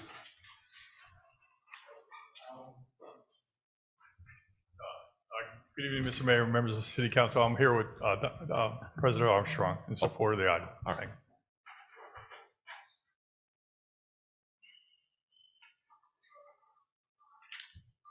That's Mr. Childress. Next person. Quentin Barnes. Quentin Barnes. You were Mr. Childress, right? Yes. Okay. Mr. Barnes, please raise your right hand. Do you swear to affirm that the testimony you provide tonight is true, correct, to the best of your knowledge? Yes, sir. Hello, my name is Quentin Barnes. I live in the 3700 block of 166th Street, right adjacent from the property that we're looking to rezone. I did attend the meeting last night, and I heard Mr. Barnes, I'm sorry. Yes, sir. Can you speak into the microphone? Sure, so we sure, can sure. hear you? Sorry, a little tall. And so I did attend the meeting last night, and I heard the gentleman say that he got all the support, or some of the support. Only really there was one person in support of the agenda last night, and that was somebody that they have a working relationship with, a principal that's in the area. And he doesn't have a residential relationship, he has a working relationship with them. And so I'm here to speak on the issue as a resident. And so with this situation we have going on, I'm against the rezoning because they told us the plans about what they're gonna do with that property. They plan on putting a gas station there, but he terms it as a food mart that sells gas pretty much. And I think we already have a problem with that here in Miami Gardens. If you just YouTube murder Miami Gardens gas station, it's a situation that we have an issue with. I think in the times past, before we incorporated into Miami Gardens, there was, decisions made that wasn't mindful of the benefit to the community. Our community is always hindered as far as property values, and it's because of decisions like this. And so this is an obsolete, it's gonna hurt our property value. There's murders that happens at these gas stations across our city, robberies, we have evidence to see what happens at gas stations, all the things that come with gas stations being so close to a residential community. And that's a problem as well, because when you look in the area, there's no precedent to where a gas station is gonna be so close to, a residence. All the other areas right across the street, you have a Walmart that buffers between the residential areas. On the other side where you have a gas station, you have other businesses, and then there's a street in between. But it's gonna be an issue for us, and so that's why we're against it. And I think they can do something with that property. I think they can lease it out maybe, and that way they can control what's happening there. But right now, they're trying to sell a bill of goods that, it's gonna be a food mart, it's gonna almost be like an off-campus library. And I don't think they're gonna be able to control it once it's sold. Thank you, Mr. Barnes. Thank you. David Williams, Jr. Councilman.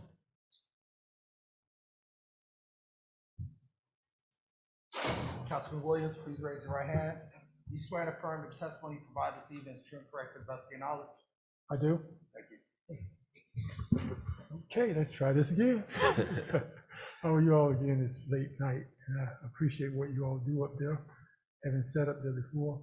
But I just really want to talk about St. Thomas University and what they've done for the community for over the last 20 years that I know of, and made this a better community. They've been very, very supportive. And what they're asking for today, I think is not unreasonable for the council to consider.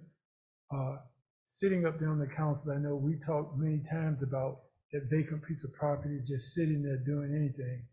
And I truly applaud St. Thomas for coming up with a plan to move forward in some way to make that property aesthetically better for the city and aesthetically better for and financially better for our community.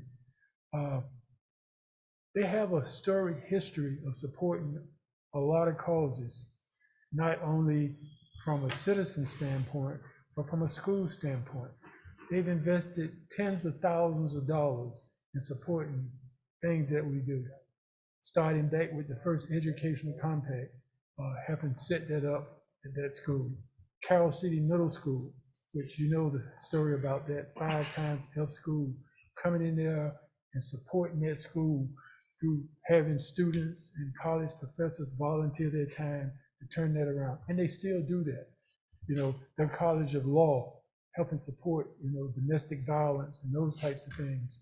So I would ask that you take the advice of staff and approve this.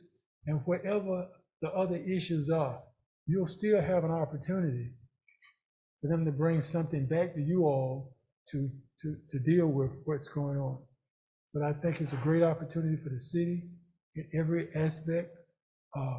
I think things can be modified. They've been open. They've held community meetings. They've delayed things. So I ask that you approve this. Thank you very much for the opportunity to speak before you. Thank you, Councilman. Gail Cunningham.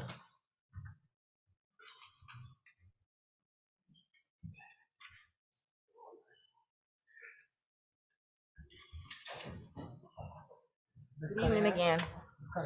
I'd just like to say this time, oh, I gotta do my thing again. Yeah. Okay. Right. Do you swear to affirm that the testimony you provide this evening is true and correct to the best of your knowledge?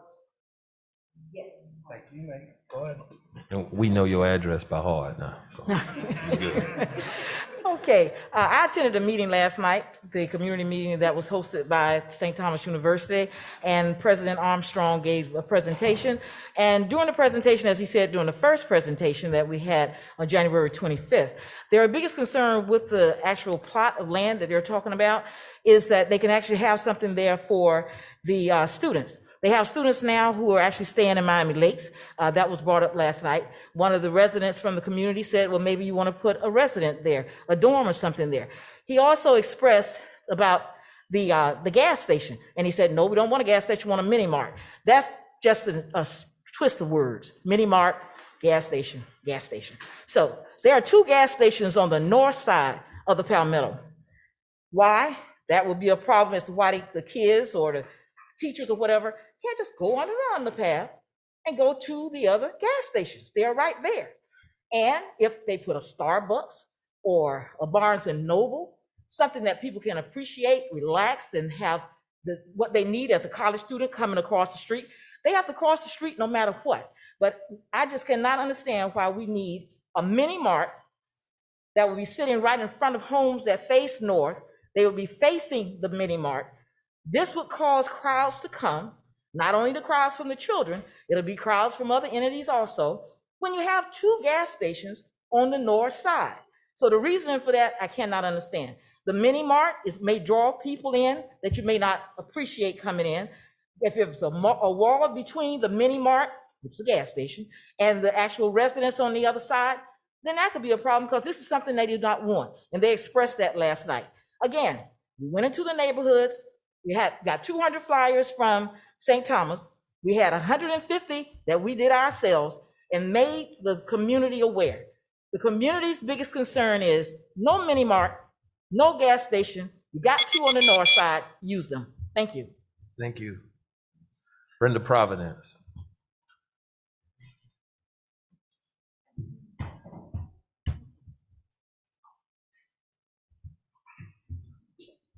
Providence, please raise your right hand. You swear to affirm that the testimony you provide this evening is true and correct to the best of your knowledge? Yes. Brenda Providence. You don't have to do your address again. We know your I love address saying as well. it. The beautiful city of Miami Gardens. I too attended the meeting last night, and I want to say to the council, when you guys don't come to things like this, you miss the heartbeat of the community. You miss the passion that the residents have and their reasons for why they feel that the way they feel. You miss a lot of things when you don't come where your people are. And I implore you that in the future, somebody try to be there so you could at least tell everybody what you saw, because the people were very passionate about their feelings about this. We had a really good conversation with the president. And as I expressed to him, we've always had a good relationship with St. Thomas, the city of Miami Gardens. I can't think of anything that they've actually done, but they haven't bothered us and we haven't bothered them. And we all know somebody that went to school there. So we've had a pretty good run with the city of, with St. Thomas. That property that's there has been called an eyesore. Well, it was their eyesore for 22 years. And we are appreciative that now they want to do something with it. Whatever they do, other than a gas station, we are for it because it's going to increase, it's going to be good for the community. It's going to be good for the kids at St. Thomas as well as Florida Memorial. So we support whatever they put there other than the gas station because we know that they really want to do something for the community this time. And we want to support that. Thank you. Thank you, Ms. Providence.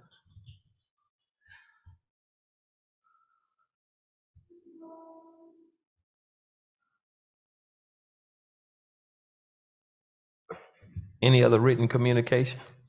There are no written communication, nor do we have anybody registered on Zoom. Any other questions or concerns from the dais? Showing none, Mr. Clerk, please call the roll. Councilwoman Wilson,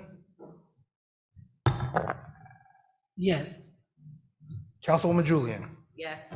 Councilman Stevens, Yes. Councilwoman Campbell, No. Councilwoman Godaro, Yes. Vice Mayor Leon, Yes. Mayor Harris. I vote yes. Motion passes, 6-1. All right, we're now out to item 13.1.3.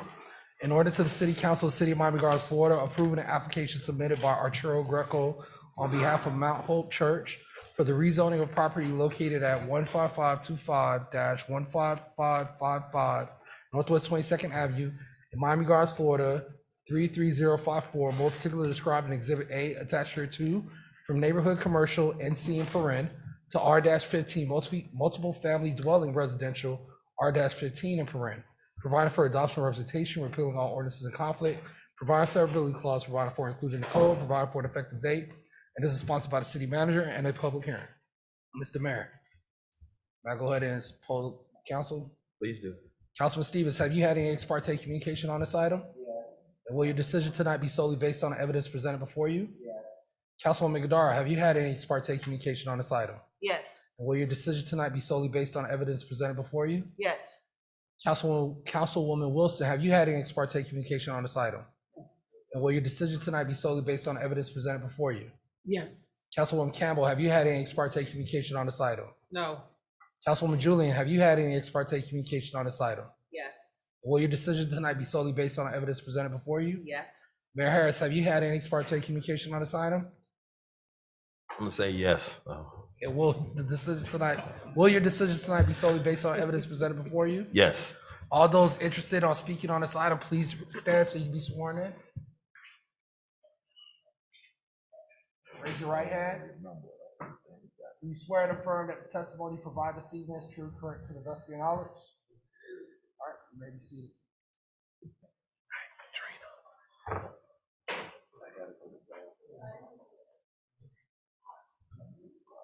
This item is for the rezoning of the property located at 15525 to 15555 Northwest 22nd Avenue from neighborhood commercial to R15 multifamily dwelling residential. This rezoning is also a deferred item. There was a community meeting held on December 1st and on February 2nd. And we do have the applicants with us this evening, if there are any questions. Did he make a motion already? Excuse me, Vice Mayor, point of order. Have you had any ex parte communication on this item? No, this is for the church, the school. No, this is not for the Bunch Park. Oh, Bunch Park. Yes, I have.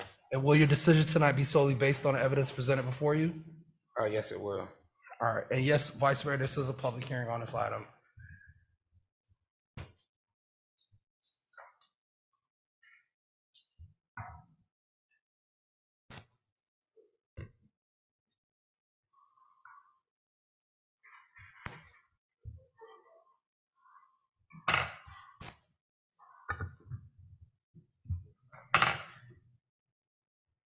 Hi, my name is Arturo Griego. I'm the architect for the project with offices at 975 Arthur Godfrey Road, Miami Beach, Florida, Suite 401.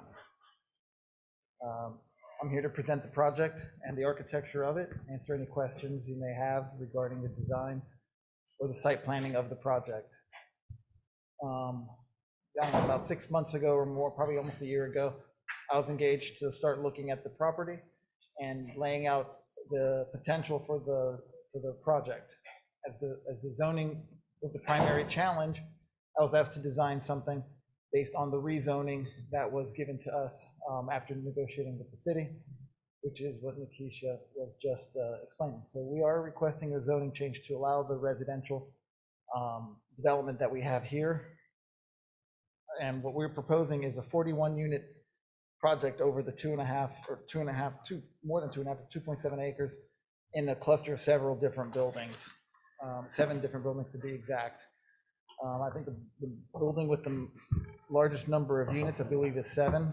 And there's 3 different building types on the site.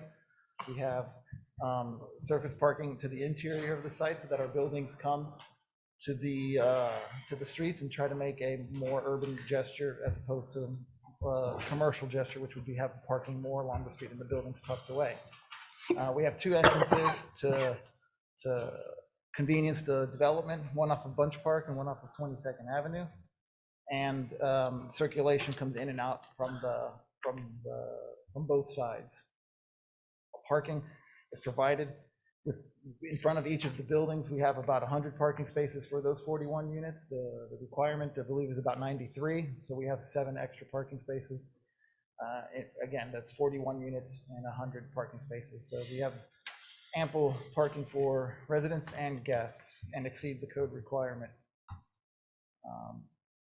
What we have is a 2-story building, townhouse style unit.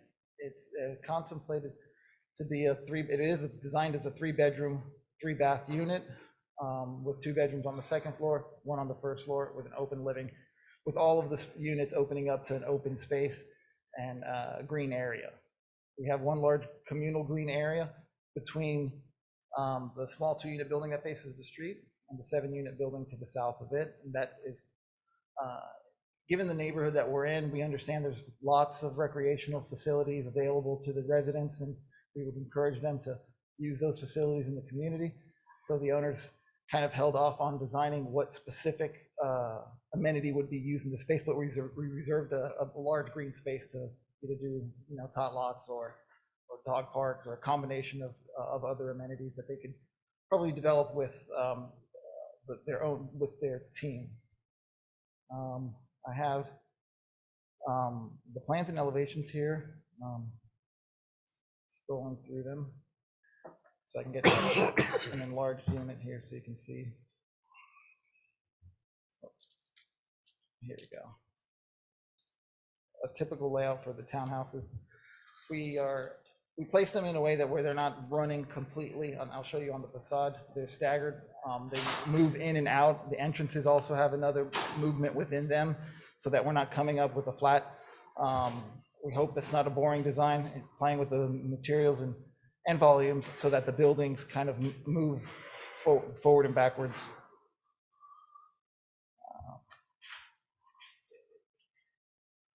Here's the concept elevation of 2 units where you can see the shadow of the different volumes falling on the different planes of the project.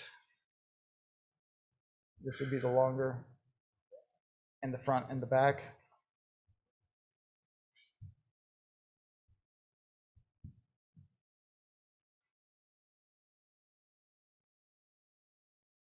And as far as materials and finishes, this is what we anticipate the project to look like. Again, with the different volumes, the different planes, different materials, and the colors, hopefully to make this thing read to the human scale as opposed to the larger blocks of buildings that tend to get developed. And also, since we broke up the site planning into multiple different buildings with ample space between them, we're also, it's probably noteworthy that we're preserving some specimen trees there. I believe there's about 4 or 5 really large existing trees that we've incorporated into our landscape design and into our parking lots and kind of move things around to accommodate those large trees so that, from day one of opening, that we have a space that feels like it's been there and lived in and blends with the landscaping as best as it can, as opposed to just tearing everything down and building new stuff. That was also an important factor. That concludes the design presentation. I'd be happy to answer any questions and also introduce the attorney who's presenting on behalf of the owner, Robert.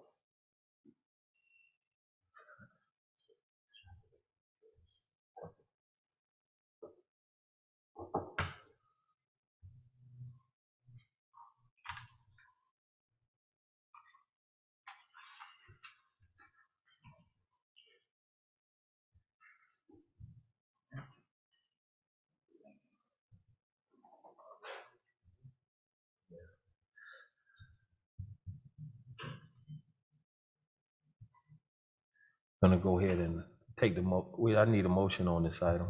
Motion. Honorable Board. Hold on, Mr. Before you finish, we got a Second. motion. It's been moved and seconded. Go ahead, Mr. Holland. Yeah. Again, Robert Holland with offices at 3250 Northeast First Avenue, Miami, Florida, 33137, Suite 334. I stand here on behalf of the applicant as well, Gardens Villages. The client actually happened to develop another property in Miami Gardens a few years ago. I think it's called King's Garden, 191st Street. Back here, they did the final phase that had been defunct from the previous owners, and they developed that with approval from this board. And if you go over there and take a look at it, you can see the type of product they do. It's a great product that they do, and they're very serious about development. When you look at this particular parcel of land where it's located, you see it's buffered on the southern portion by water, so it has no impact really on the neighborhoods to the south.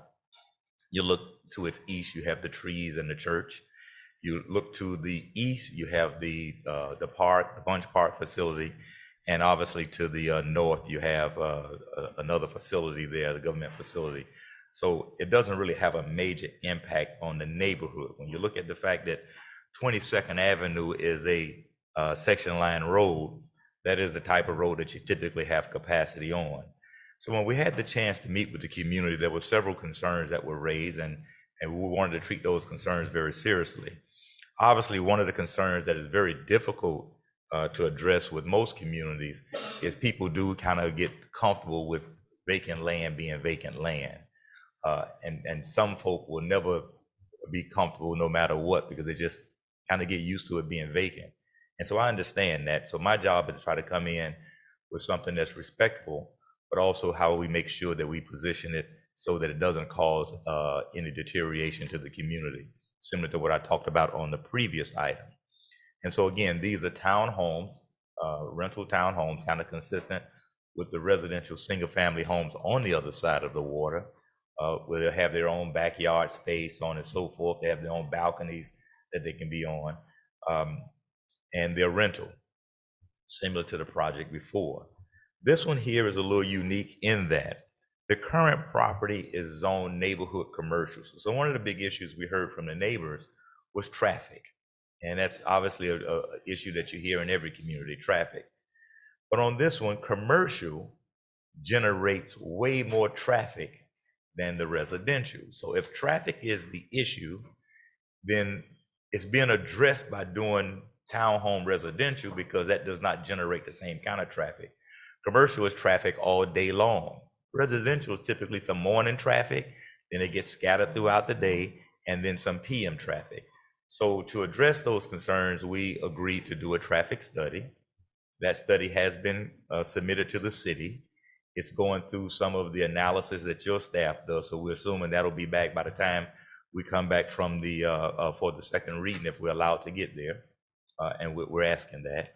But on that traffic study right now, what we have in there, what has been shown in the traffic study, is what they call 15 peak hour traffic, or vehicle traffics in the morning, what they call AM peak, 15, and 19 in the evening, which is roughly your 6 o'clock time that they talk about. So that is your toughest period of time that this property would generate traffic. In the morning, it will generate approximately 15 vehicles. In the evening, 19 vehicles, based on the design and the scale and the density that's proposed. And so when you look at that, that is extremely nominal, but your staff will have a chance to digest some of that information as they go through the process. The other issue we heard about was obviously how we would maintain it, and I'll go through that list of things. But just to give you the differences between the two zoning categories now.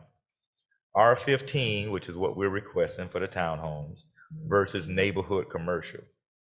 As far as the open space requirement, or what we meant open space wise, the open space requirement that the R15 will have will be 46% versus the commercial having 15%.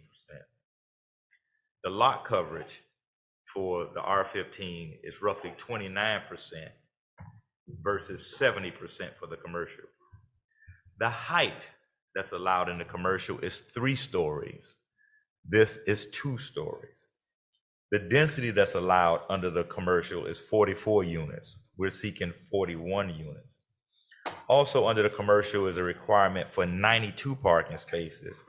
We're giving or proposing 101 parking spaces for the residential. So when you look at this here, there's much more green space, there's much more parking, there's less height, there's less density, and there's less traffic. This is really what you call a down zoning of the property. This is a less intensive use than what is already allowed on the site. And so when people have concerns about traffic, and this one here, this one is easy. This one is, we're down zoning the property and making it less intensive to a community. So the other question becomes, well, we don't know who's gonna move in there. But we also don't know who's gonna move into single family homes when they're sold and some of the other apartment buildings when they're sold.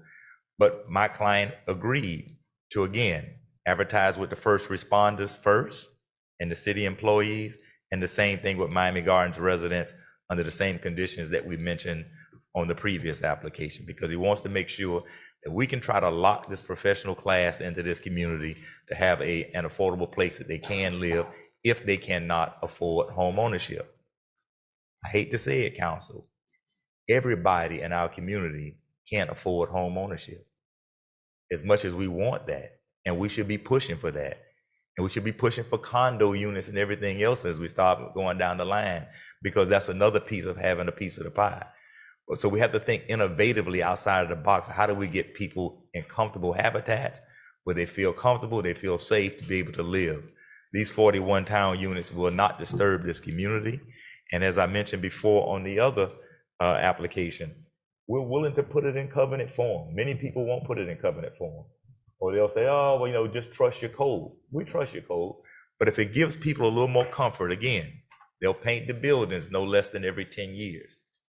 They'll repair all roof leaks within 3 weeks from notice. That means it could be a tenant that says there's a roof leak.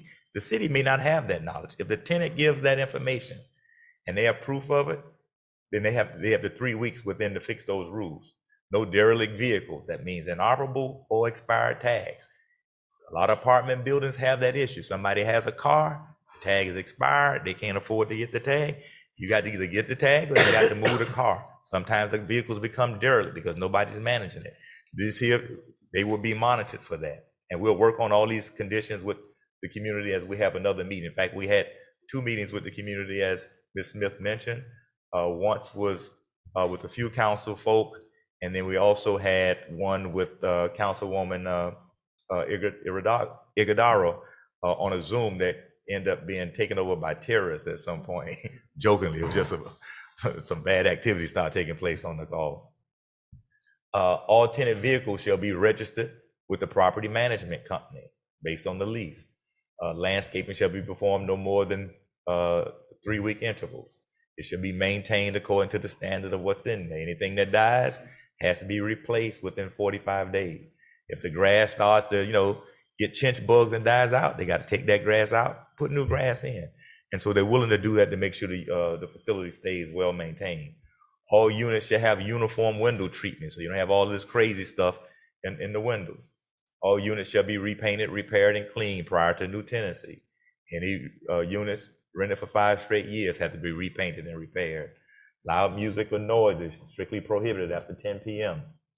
All tenants shall be properly registered with the property manager as to who the legal habitants are. And if a neighbor in there recognizes there's some people living there that shouldn't, and they make the property manager aware of it, the property manager has the right to go in and deal with that, and also get the city involved with that as well, because that becomes part of their contract. And they can also be evicted if that's the case, if they have more than what is listed on that lease. Any tenants convicted of felony during their tenancy shall be strictly prohibited from having their tenancies extended. The tenants shall be required to advise the property manager upon conviction. And if the landlord has knowledge that can be imputed, that somebody was convicted and you didn't do anything, then there's grounds to come against the landlord for that as well.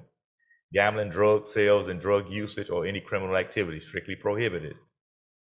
Property owners shall maintain the exterior camera system 24 hours a day, 7 days a week, 60-day cloud, as we mentioned earlier. Same thing with the trash collection. Make sure that it's a properly sized bin. Some places will have bins because they're cheaper, and you have the debris all around the trash cans. When that's an issue, they have to get a bigger can to make sure all the debris can go in the trash can and keep that area clean, and also keep them sanitized at least once per week here. And the property manager shall ensure that the grounds of development and the buildings are free of debris, graffiti, and loitering. Obviously, we have to integrate with your camera system that's required. We have to meet your tenancy requirements as a city. We think, again, what we're putting here is something that can be maintained long-term with the covenants that'll be entered into once we meet again with the community. We recognize, as in most zoning matters, you never get 100% most of the time on zoning matters, because people sometimes still just have a concern with not knowing or the unknown. But all you can do as a city is put the restrictions on it that make it something that you recognize can make it a stellar project on day one, as well as several years down the line. And that's my intent always, is try to see how I protect the city when we put these things together. And so the traffic consultant is here if there's any questions for the traffic consultant. As I mentioned, that report is still flowing through the city processes. We had hoped to get it done even earlier, but the holidays kind of prevented that. But we stand here ready, willing, and able. For those who attended those meetings, we recognize there were some folk who were against it, and there were some folk who spoke positively of at least trying to move forth on trying to see if you can get to an area of some sort of agreement on things. So the covenant was very important to many. The traffic study was very important to many. And so we continue to try to make sure what we bring is something of high quality for the city. And so any questions you have, we stand ready to answer those questions this evening. And we're asking for your approval for first reading. And surely we will go back again to the community again to go through some of these restrictions that we're talking about, as well as being able to formally present the traffic study, which we have not been able to do as of yet to the community, only to city staff. Let us hear from the public at this time. Any written communication? We do have written communication on the side. We want me to do that? Yeah, go ahead and do the written one, and then I'll bring in the two. All right, this one's from Gwendolyn Williams. Address is 17031 Northwest 42nd Avenue, Miami Gardens, Florida, 33055. I'm writing in strong opposition to the proposed zoning change for a multifamily residential development and any future such development in Bunch Park. My siblings, cousins, and I were born and raised in Bunch Park. In 1949, our grandparents, Eddie and Oretha Thomas, relocated from Overtown to Bunch Park and purchased their home on 22nd Avenue. Later, my parents scrapped together enough money to buy the home next door. Our family still own these homes. Inserting multifamily units into our community would disturb our hometown feeling, increase traffic, and more issues. Personally, I feel the city of Miami Gardens is allowing too many apartment complexes under the guise of affordable housing. The developers are making millions on rental properties with Section 8 funding as their continuous source of income. We must not allow them to come in and change the makeup of our community. We need more single-family residential houses be built in our community. The city of Miami Gardens should be exploring other options like Habitat for Humanity. For the record, I want to reiterate my position to keep Bunch Park a single-family residential home community. Do not let the developers and the landowners have their way. Thank you. Respectfully submitted, Gwendolyn Williams. That's it for written communication, sir. Brenda Providence.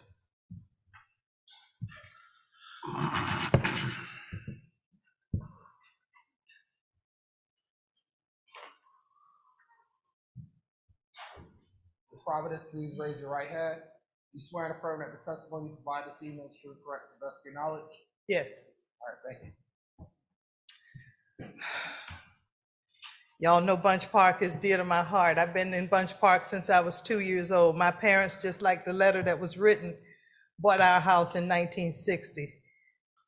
Did I say that? Don't calculate how old I am.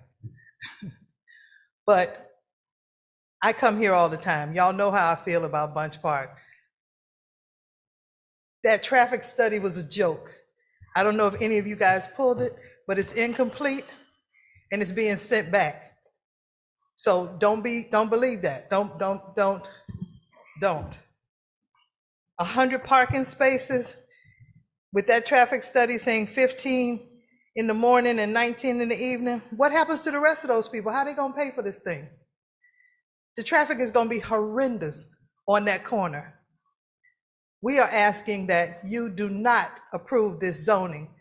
Let it stay commercial. If it's commercial, the people in the community will support it. It might be a beauty salon. It might be a bowling alley. It might be anything. That doesn't bring that much traffic as he's talking about into the community. It utilizes what's already in the community.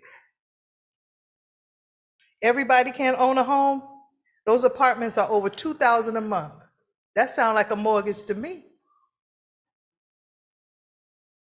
Please, y'all know how I feel about Bunch Park. The town hall meeting that was had, that the residents went to, unanimously said no rental apartments in Miami, in Bunch Park. Our parents bought those homes from scratch. We don't want rental over there. The second town hall meeting that was there, I gave it. I rented the room. While it was on Zoom, I brought the community together because I wanted you to see unanimously how we felt about it. Not just Zoom where you see 50 people, but people in front of you. We implore you, don't tear up Bunch Park with this foolishness. Thank you. Thank you, Ms. Providence. Gail Cunningham.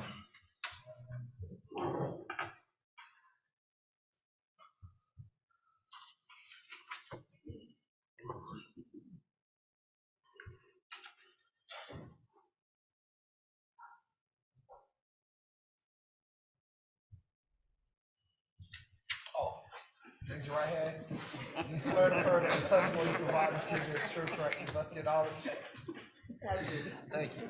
All right. It's a long The night. two of y'all staring at each other, holding up y'all hand, right? Good evening again. Good I would evening. just like to say that I attended both meetings at Bunch Park and Rainbow Park with my neighbors in Rainbow Park and Bunch Park. And I heard and felt their passion about not having this particular construction happen in their Bunch Park and Rainbow Park communities. And they wanted to make sure that the persons who were there understood their passion, understood their reasoning, and they presented themselves very well. I want to give extra kudos to the senior citizens in that area. They came out, they showed up, and they spoke up. Second time over the actual virtual, same thing happened. So they are really passionate about keeping it a community with homes and not townhomes. And as the young man said earlier, there are a lot of recreation around that area, and that recreation is used, especially with the new Bunch Park building that we have there now. So rather than crowd it a little bit more, make it less safe than it already is, and we have a church, we have a middle school, we have the pool, we have the building, we have Bunch Park Church, everything is there. So to say that it won't impact what's happening in that community when it comes to crowds and congestion and elements that may come in, yes, it will. So please, remember, they want you to hear, they want you to feel the passion that they have for their community, my neighbors in Bunch Park and Rainbow Park. Thank you. Thank you, Ms. Cunningham. Any questions or concerns from the desk? Hearing none, Mr. Clerk, please call the roll. Councilwoman Julian, Yes. Councilman Stevens, No. Councilwoman Campbell, No. Councilwoman Godaro, No. Vice Mayor Leon, Councilwoman Wilson. Excuse me? No. Mayor Harris. I vote yes. Motion failed. 4-3. 3-4, I mean. All right. We're now on to resolutions, public hearing. Item 13.3.1, a resolution of the City Council, City of Miami Gardens, Florida, approving the waiver of minimum requirements for recreational play area from 42,000 square feet to 1,634 square feet. For that certain property located at 18441 Northwest Second Avenue, Miami Gardens, Florida, more particularly described in Exhibit A attached here to, as set forth in section 34-288 of the City of Miami Gardens Code of Ordinances, providing for adoption representation, providing for an effective date, and this is sponsored by the city manager. Mr. Mayor, Yes. can I go ahead and poll the Yes. council? Councilman Stevens, have you had any ex parte communication on this item? Yes. And will your decision tonight be solely based on evidence presented before you? Yes. Councilwoman Godaro, have you had any ex parte communication on this item? No. Councilwoman Wilson, have you had any ex parte communication on this item? Councilwoman Campbell, have you had any ex parte communication on this item? Councilwoman Julian, have you had any ex parte communication on this item? No. Vice Mayor Leon, have you had any ex parte communication on this item? No. Mayor Harris, have you had any ex parte communication on this item? I did not. All those interested on speaking this item, please stand so you can be sworn in. Raise your right hand. Do you swear and affirm that the testimony provided this evening is true, correct, to the best of your knowledge? All right, thank you. You may be seated. Mr. Mayor, this is a public hearing on this item as well, too. This item is a resolution for the waiver of the minimum requirements for recreation play area for educational facility from 42,000 square feet to 1,634 square feet for the St. Anthony School. This is a deferred item, and the applicant is here this evening for any questions and also for a presentation.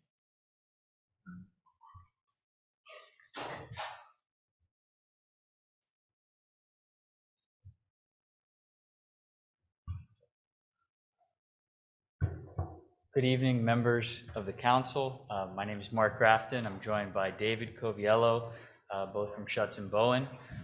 We're also joined by the owner of the school, Mr. Gaspard, and also Ms. Spencer, who is an educational consultant and a member of the board of directors for the school. So I know it's late. I do have a presentation. I will get right to it and be efficient.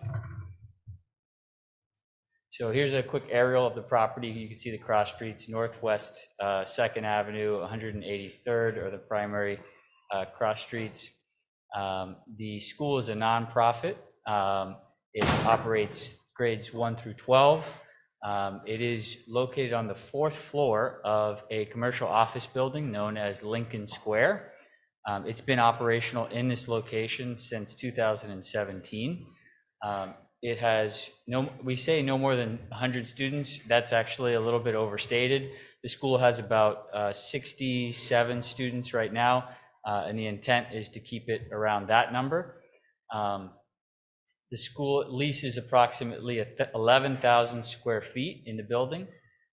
Approximately 1,600 square feet are utilized for indoor recreational space, used for flex space to support a variety of recreational programming. 3 times a week, the students are bused to a nearby park to get outdoor recreation activities.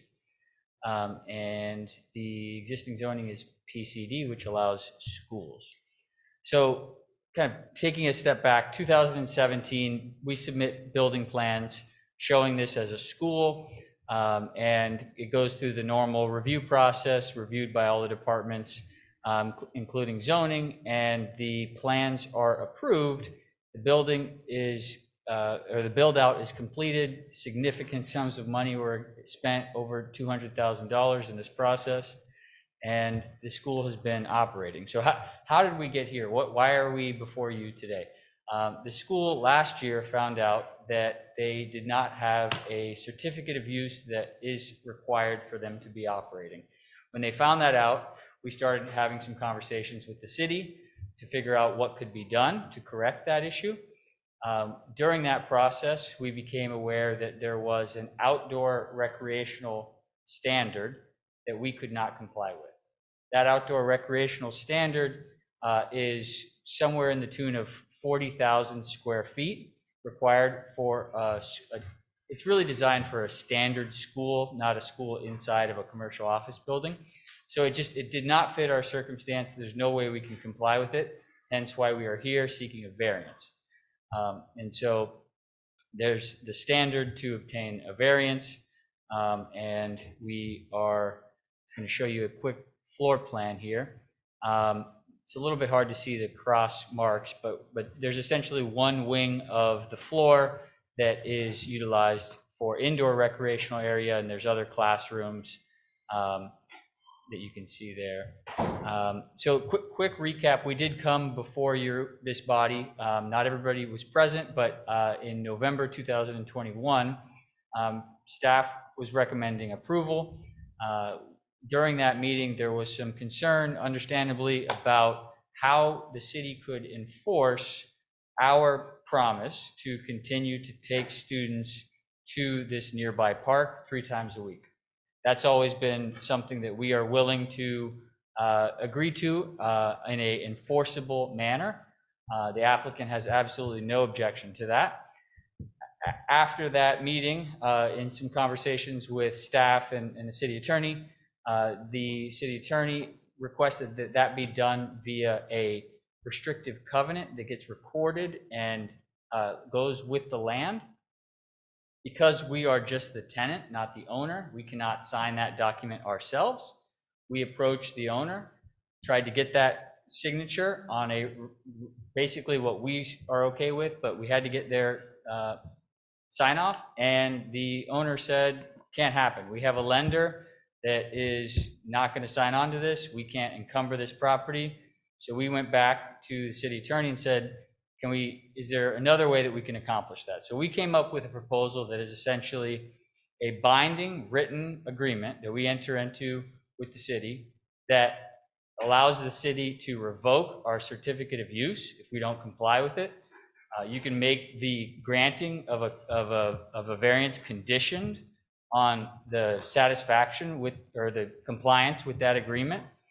And as far as I can tell, that was not accepted by the city attorney. I'm not exactly sure why the restrictive covenant would be more beneficial to the city. So maybe we can get into that at some point. But I do have a chart that we prepared that kind of goes through the difference between what our proposal is and the restrictive covenant. And really the only benefit of a restricted covenant, as we understand it, is to encumber and restrict future owners or people who are taking title to the property down the line. Here, the only person that is seeking to benefit from this variance, and we're happy to limit the variance only to apply to this school, is St. Anthony's School. So it doesn't seem to fit the situation that we are in right for you. So there are variance criteria that staff, when they looked at this the first time, agreed that we meet. There's no way that we can comply with this requirement. And it's a school, again, that's been in operation since 2017. There's no objection to this from anybody that we can hear. We've never heard any objection to the school continuing to be in this location. It's a valued educational institution. If you want to hear a little bit about the school's operation, we do have some people that can answer some questions, but I'll leave it up to the council. Any questions or concern from the council? Councilman Stevens? Yes. I need a point of clarity. The covenant is not included in this item because who rejected agree to it? The owner of the property has to sign the covenant. We can't sign the covenant if we wanted to. What So was the owner, is the owner present? the owner is not present. And what's the reasoning for why the owner is refusing to sign the covenant? So the owner has a mortgage with a institutional lender. And as is often the case, those lenders do not enter into restrictive covenants for matters like this that encumber their property in a way that they don't see a direct benefit to. So in our experience, we were not surprised to see the lender come back and say, we're not going to do it. And that's exactly. I'm sorry, say that part one more time. I didn't hear you. Sure. So we were not surprised when we heard that the lender and the owner came back to us and said, we're not going to enter into this restrictive covenant. We will support this application. We'll send a letter of support, which I have if you want to read it, but it's essentially not something that the owner and their lender were willing to enter into. Mr. Mayor? Yes. To the city attorney, Madam Attorney, is there any other option? Yeah, you can approve the item without a declaration at all. So here's the issue. Once you approve the waiver tonight, it's not limited to their business, and it doesn't work that way. It goes with the land. So the reason you require a declaration of restrictive covenants, and that is what's in your code when we do things like this, it requires a declaration of restrictive covenants. It's so that if this school were to leave and another school were to come in, that would still run with the land. Now, you could determine tonight that you don't really care that much about it, and he can do whatever agreement or proffer he wants to do, and that's fine.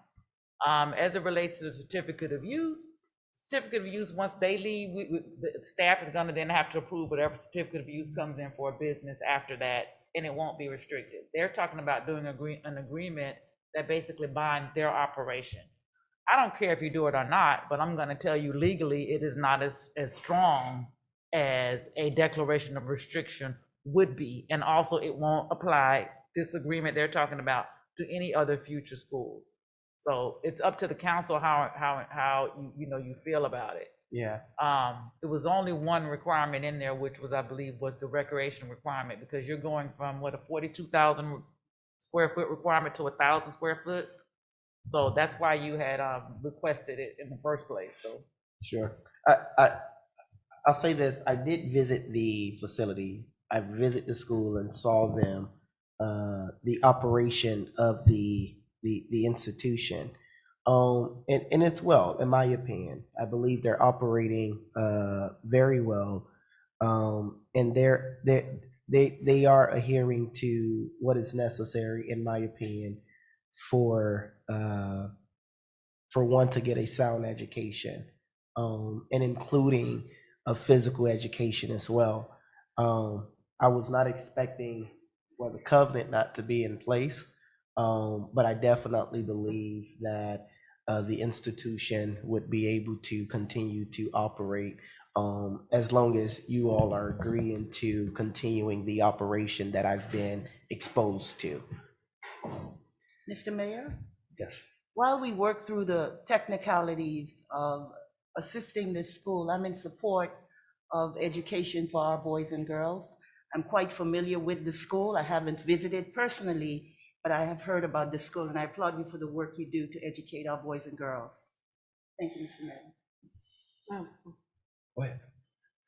So when we take a look at the school as it relates to all of the areas of certification, in terms of fire, lunch, health, safety, are they up to standard? So their inspections? If you'd like to hear from the owner or the educational consultant that we have, I'm sure they can tell you all about that. Absolutely. Good evening. Yes, we have to, we are inspected annually as part of the Department of Education requirement for us to even operate there. We do receive funding from the state, and part of the requirement that we do have annual checkups with the Department of Health. We have to provide the current fire code inspection that was approved, and as far as any If we provide food or have a caterer or a company that provides it, we have to provide current certificates for the state to be able to approve us to even operate. And so how are the children fed? Say that again, ma'am? How are the children fed? How are, fed, Yes. we have a caterer that comes in and provides lunch on a daily basis. They bring in breakfast and lunch for the students, Monday through Friday. That's how we go about doing it. So we have a certificate reflected in the cafeteria area or kitchen area that reflects that, so that if when health inspection does come through, they're able to see that as well. Now, you guys are totally private or private religious? We're private religious, but we are not affiliated with any church. Okay. And to add to that, we are subject to random inspections. So Yes. we ensure that we do have our safety drills, which are our code red, code yellows, just fire drills in general, to ensure that the students know how to properly get out of the building. We practice those probably on a weekly basis just for safety purposes, because we are on the 4th floor. Right. And we do maintain safety inspections with the fire department as well. They will come in randomly outside of that yearly inspection to check and make sure that everything is up to date and accounted for. You guys were, what is it, 7 years, 5 years? You've been at 2016, but we've been in this building since 2017. Okay, and so that's, I'm tired, I can't add. So that's about what, 5 years? 6 years at this location? Yes. Okay. Any other questions or concerns? I have a quick question. Good evening, first of all. So you're seeking to, you lost your certificate of use, am I understanding that correctly? No, ma'am. Okay. We never were able to get a certificate of use. So you've never been able to get a certificate of use at this facility? No, ma'am. Okay. So how have you been able to operate a school there without a certificate of use? Well, when we first initially stepped in, the building owner was able to get, and fire came in and did their inspection and approved us for operating a school there. So once we got approval from fire, that's when we submitted any other documentation to the city, and that was approved. We didn't apply for the certificate of use initially till when we were going forward with some other growth at the school, and they were advised us that we needed a certificate of use to operate at the school. And we weren't advised of that prior to. Okay, and do you currently do recreation or PE, physical education, off-site? Yes, ma'am. We bus the kids to Scott Lake Park, which I think is approximately 5 to 10 minutes away. And we do that Monday, Wednesday, and Friday. Okay, thank you for answering my questions. No problem. Any other questions or concerns? Yeah, I have a question for our city attorney. So they were not able to get a covenant. However, they are suggesting that they will provide a written agreement, not recorded, but it is an agreement. So in the event that the parameters included in that written agreement is or are breached, then what is our position as a city? I really can't tell you. I don't know how I'm gonna enforce that. They're saying they're gonna tie it to the certificate of use, and of course, I guess if they came back for renewal, staff could potentially revoke it, but I mean, I don't have a strong opinion one way or the other on it. That's just gonna be a proffer that they make, that they're gonna do the recreation. That's something they're proffering to you, but how enforceable it is, I'm not sure. Because this is a zoning matter. This is not legislative. This is zoning, and zoning runs with the land. They're asking for something that runs with the land. You don't have protections that are gonna run with the land. So, I mean, you know, it's up to the council how you want to do it, but I'm just talking about what's generally done and what our code actually provides when we're doing zoning hearings. To the applicant, how long is your lease in that unit? Our lease actually ends in 2024, so we have approximately 2 more years. You have 2 more years. Is this your, okay, so 2024, so you have, I imagine, a 5-year lease? A 7-year lease, and you're already, okay. So we're in Councilmember- what year are we in, 2022? 2022. And then your lease expires 2024. I imagine that you would want to continue the business, and you would renew your lease with your landlord should he or she decide to renew it. Is that correct? That would be something we would consider at the time of the renewal, because we may outgrow the space and need a more larger space to accommodate what we're doing. But that would definitely be something we would consider at the time. Councilmember, if I may, David Coviello, we can voluntarily proffer and propose to you that the variance will be limited to the applicant. We'll voluntarily proffer that. And the second point I wanted to make is the written agreement that we're offering is no different than the recorded agreement in that there's no greater enforcement mechanism for the recorded versus the written agreement. The only difference being is that recorded agreement runs with the land and therefore will apply to successor owners of the property. But we're willing to agree to the variance only applies to the schools. So. But we don't do that. Variances run with the land, so no, that's not. But we're willing to voluntarily proffer that. Doesn't matter what you can condition a We're gonna variance by comply law. with- Excuse me, sir. I'm still the city attorney, so let me do this. I respect So that. the variances will run with the land. What I'm suggesting to you is that's fine. I understand what they're trying to do. They're trying to get the benefit for their client because they're not concerned with future schools coming in. And actually, I don't care either. It's up to you guys. I mean, they're coming in for a waiver of the recreation requirements. What the covenant was going to say was that they would basically do what they're doing, which is provide for recreation to the students. They're willing to profit and attach it to their certificate of use, and that's fine. But once they leave the school, just so you know, the variance is gonna run with the land. And you may be fine with that. It may be a different school. There may be no school coming in the future. It's just a decision that you all have to make. I don't have a strong opinion one way or the other, honestly, but I'm just saying, if you wanted to run with the land, it would require a declaration of restrictive covenant. All right. Any more questions? Yeah, so I'm kind of confused. I am, and maybe I don't have a command of this.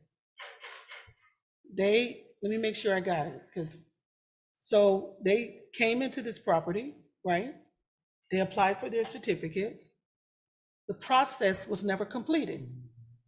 When we were going through our books, we recognized that the process was not complete. And so as such, we're now bringing them into compliance. But they've been operating now for 3 to 4 or 5 years almost. Is that correct?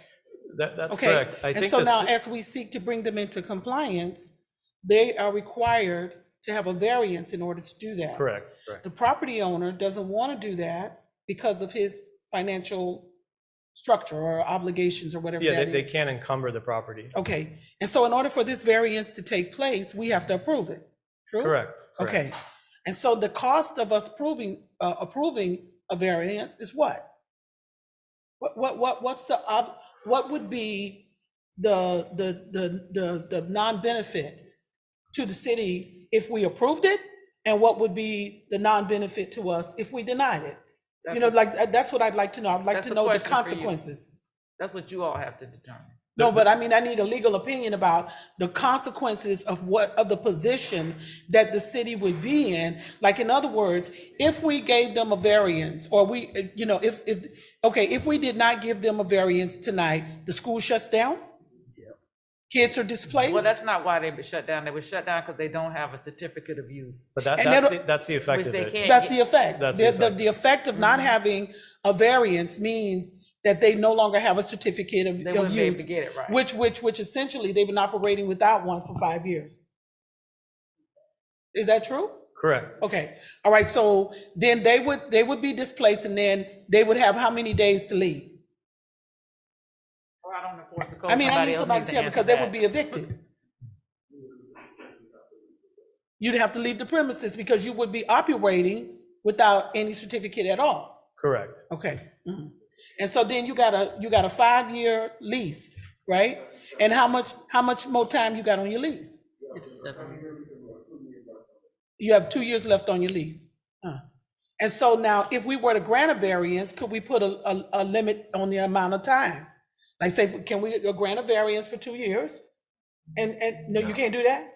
No, And- ma'am. and A say that variance once runs the- with the land, and you can't put a limitation on the variance. What you could do is what he's suggesting, which is what they've said, they proffer, is that as it relates to the certificate of use itself, they would agree that I don't know that he said he would agree that only be 2 years, but what he said he would agree was that the recreation requirements that you're concerned about would be a requirement of them getting a certificate of use issued. That's what he's saying. And what I'm saying is, that's fine, I don't have a problem with that. I explained to you what the benefit is of having something that runs with the land versus not. Okay. If you all decide that you want to let them have the school and you want to have them accept their proffer for the certificate of use limitation, that's up to council. Okay, so the variance would kind of make it permanent. The certificate of use would only apply it to them as the occupants as long as they occupy that, and then with them, when they leave, should they leave, then this is null and void, and who else? No. If they leave, you have a grant, tonight what you're granting is something that runs with the land. You're granting a waiver. So if another school came in, for example, that waiver that you're granting tonight, instead of having 42,000 square foot, you're reducing it to 1,000 tonight, they would also have that same benefit. Okay, so is there anything that we could do that would say, we're gonna give them 1,000, because part and parcel of this allows them to be able to stay there for the duration as long as they can renew their lease under the conditions that we have, and then when they leave, it's almost like grandfather, keeping it status quo for right now. I'm asking, is that a possibility in terms of legal advice or Yes, code? like I said earlier, it's up to the council. I explained to you the benefits of having it run with the land, but if you all want to accept them having a limitation on the certificate of use, that's up to the city council. And that is possible, to have a limitation on the certificate of use, which means that after, should they leave, that it doesn't go back to being somebody else can come in and do it under the same conditions. I realize that it may seem like I'm chasing my tail, but I need to get clarity, because it ain't coming clear to me. So that's acceptable to us. The other alternative possibly could be condition the variance with the requirement that that whoever operates the school in that space, if the variance is going to run with the land, right? Whoever operates a school in that space has to comply with the condition in the variance, which is that they have to have off-site recreation. So that if you have a school there, you're always going to have that off-site recreation. Well, you just said you don't want that. You don't want a declaration or restrictive covenant that does that. So you can't have it both ways. So, Councilwoman, if you are inclined to grant the application, and what I'm saying to you is it's okay if they want to proffer that as it relates to their business, because that's what a certificate of use is. It relates to their business. If you want to if they want to proffer that and give that to our staff, and the staff will then issue the certificate of use with that condition on it. You can't worry about the future at this point, because tonight, if you grant the waiver, you're granting a waiver for that land. I guess let me be clear what my intention is, and then you help me, right? What I would like to see with this school here is that they've been there and they've been allowed to operate for a significant amount of time. Okay, if they're there under the conditions, then they need to be allowed to remain there until such time they get ready to leave. And then the code that we have in place, because I'm not for 1,000 feet of recreational space for children, but I believe that the way in which they got in there was an oversight. And so as a result, they were operating and they should not have been. And that was to no fault of theirs. So in my own mind, I am saying, then you continue to operate that way for as long as your lease, and we set the conditions up that is safe in there for those children. And then should they leave, then it resorts back to what our code says that it should be. That's what I'd like to see. I don't know if that's possible, but that's what I'd like to see. Is that legally possible? Right? Granting a waiver to the business tonight. That's what I'm trying to tell you. You're granting a waiver to the land. So, Madam Attorney, excuse me. Yes. So if we make the proffer runs with the business. So when with his business. So when his business expires, that proffer ends, correct? That's what the language says. So that's the same thing what you're asking for. That's what I'm trying to do. So if we make we can make a motion. But once you grant the waiver tonight to allow a school at that location without then that's what's going to be on. Okay, so you can make a motion. I can't get around that.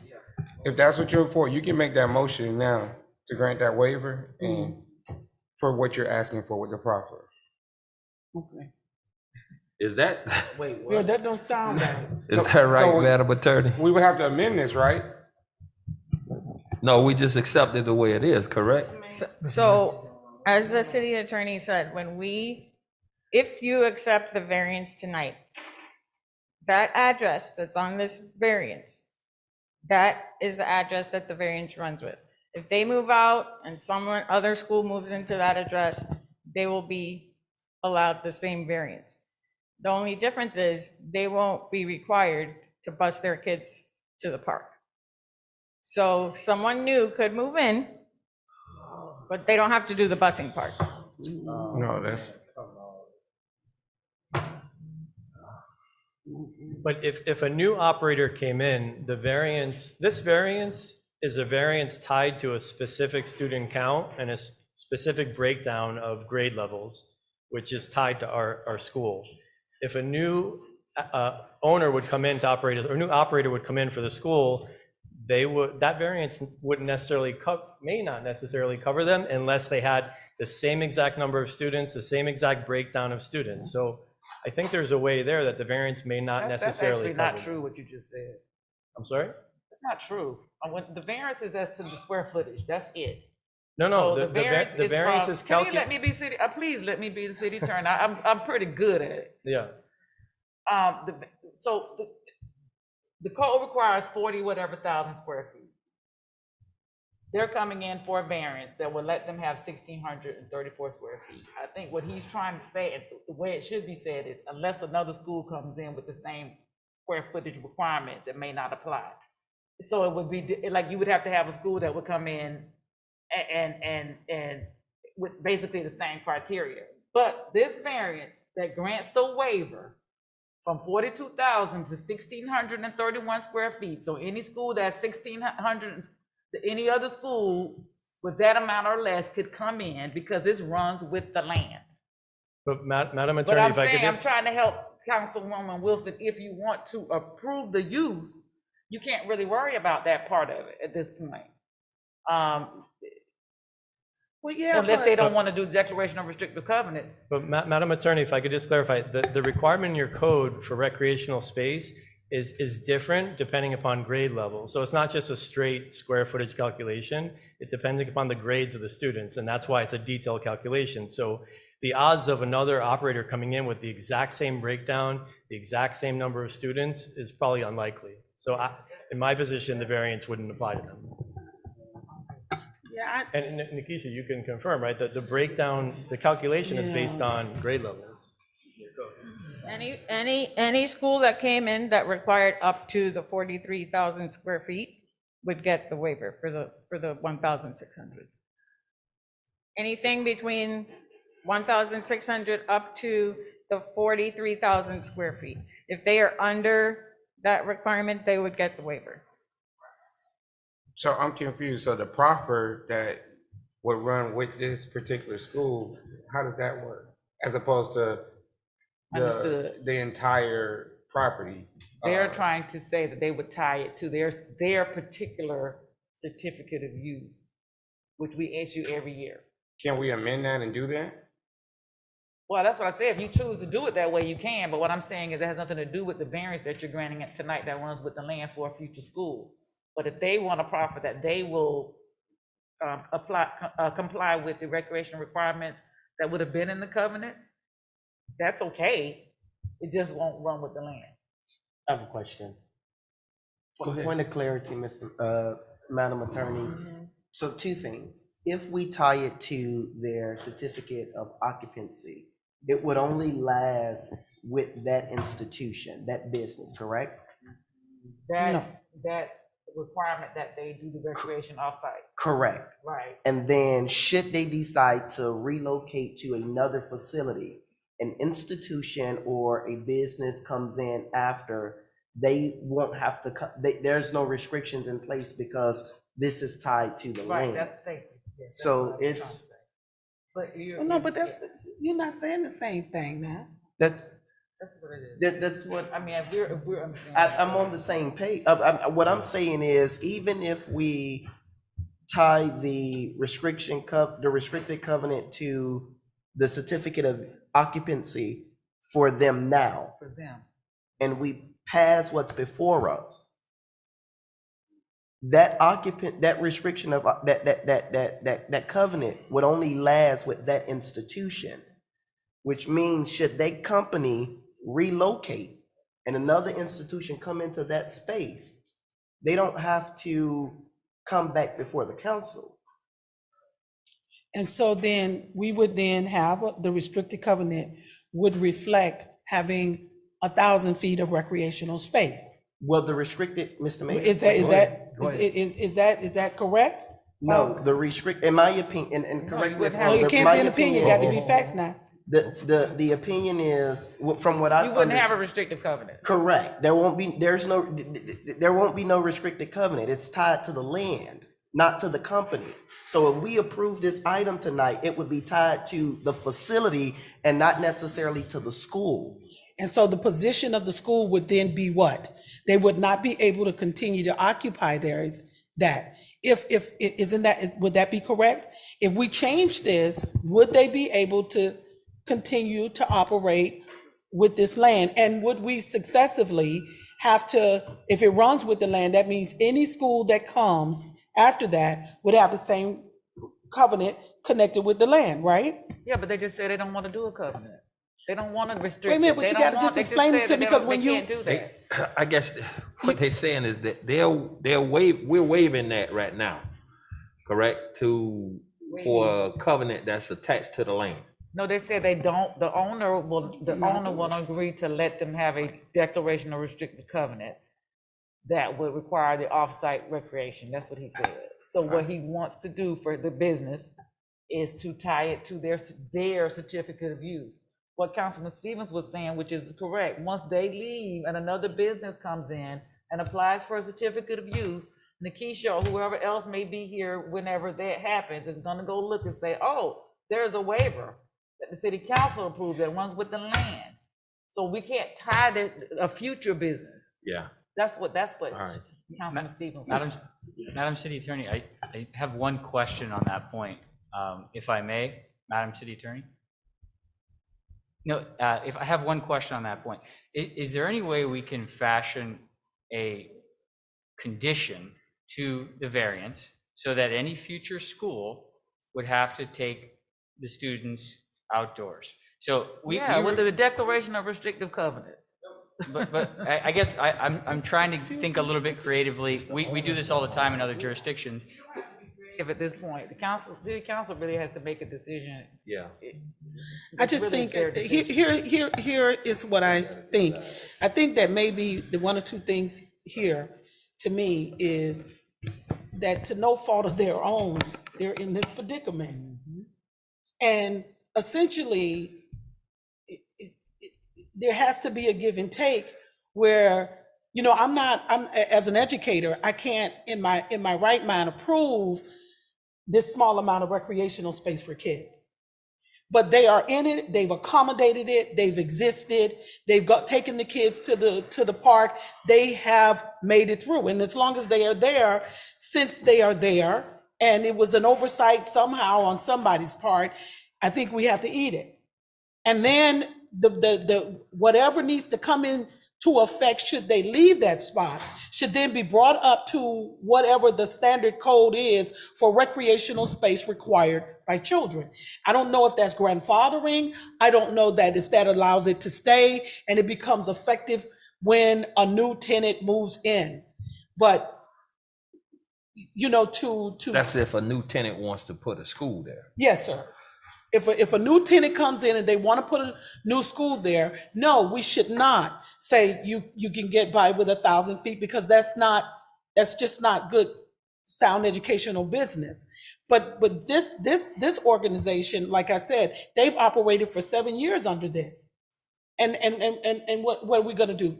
I mean, I don't know that is an equitable and or a fair alternative. And for me, I'd like to try to see how we can work this out with them in a way that that protects the interest of the city as well as the occupant, because how we arrived here is to no fault of theirs. Mr. Mayor, I'd like Yeah. to say something. Yeah, go ahead. Clearly, there was a flaw somewhere along the line, along the application process that no one had discovered, right? So we are here. However, I don't think it's fair to them, right? To your point, for them to have to possibly shut down, relocate some kids. It becomes hectic on the parents. We're in the middle of the school year, so on and so forth. However, we, the city council, are the policymakers for the city. So should we decide as a body to grant this as the policymakers for the city, I don't see why in the future, should they decide to not renew this lease and another business or another school comes in, that we cannot put forth some policy to, you know, make sure that this situation is right with the new tenants. That's a question for the attorney, Madam Attorney. It sounds like she's talking about draft ordinances that would affect different future uses of this type. And that is the way to deal with the council. Yeah. Okay. So That's you it. would have somebody zoning would have to craft something, but here's the issue with it. You're talking about such a big waiver, Yeah. so that's a challenge. for And it's them. gonna apply to But- every school that's in the situation like that. Exactly. So That's in this that would be city. the challenge, but that is changing how our policies are to affect a use that comes in after them is a way to look at it. So do you have, may I? Go ahead. So how many other educational institutions fall into a category like this in the city? Well, you could have new ones. Well, I was asking, Okay. Lakeisha.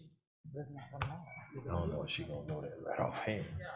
I wouldn't have an exact number offhand. I mean, That's I don't need something an we'd have exact to number, look- but is this a common situation?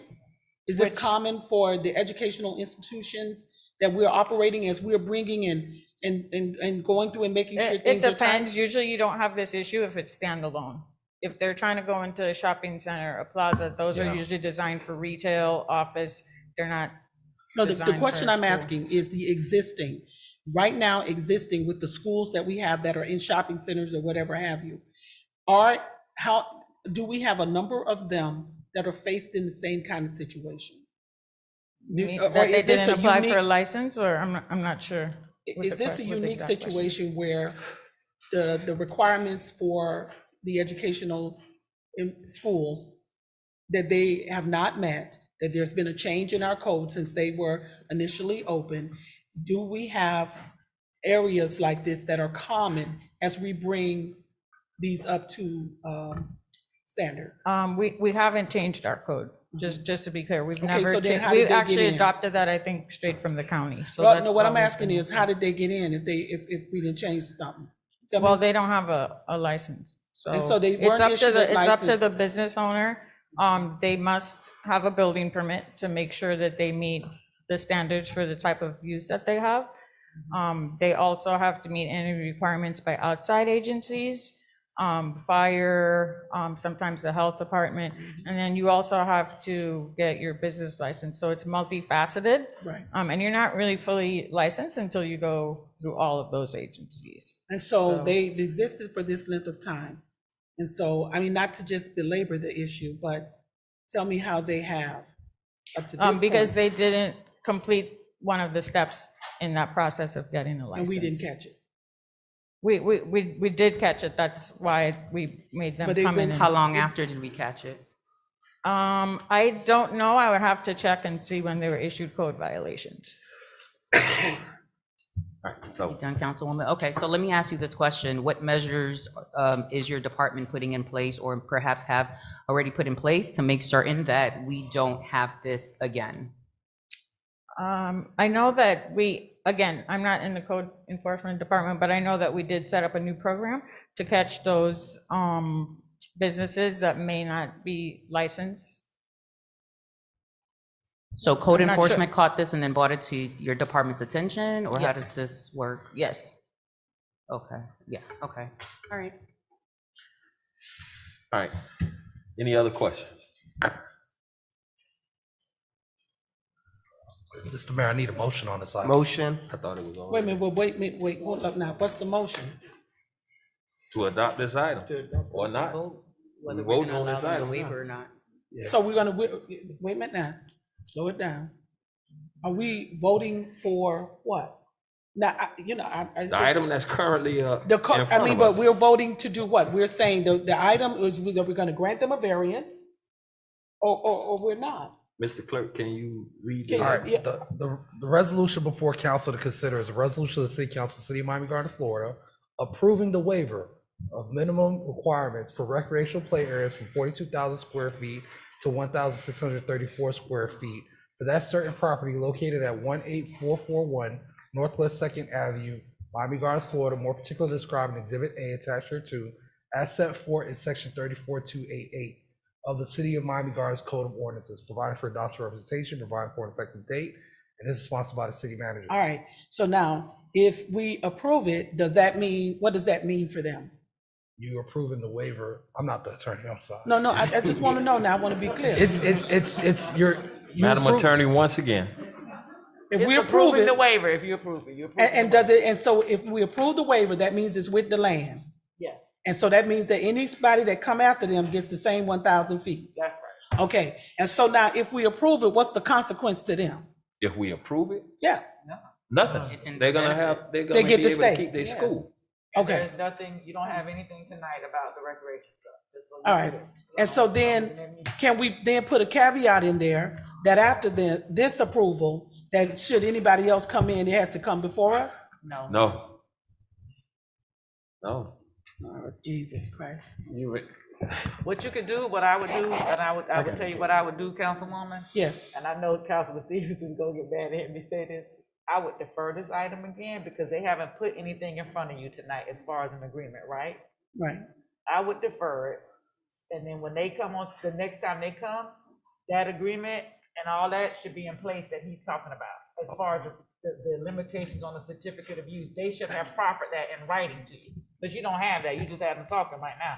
So if you approved it going with the land, then they really don't have to do anything. Right.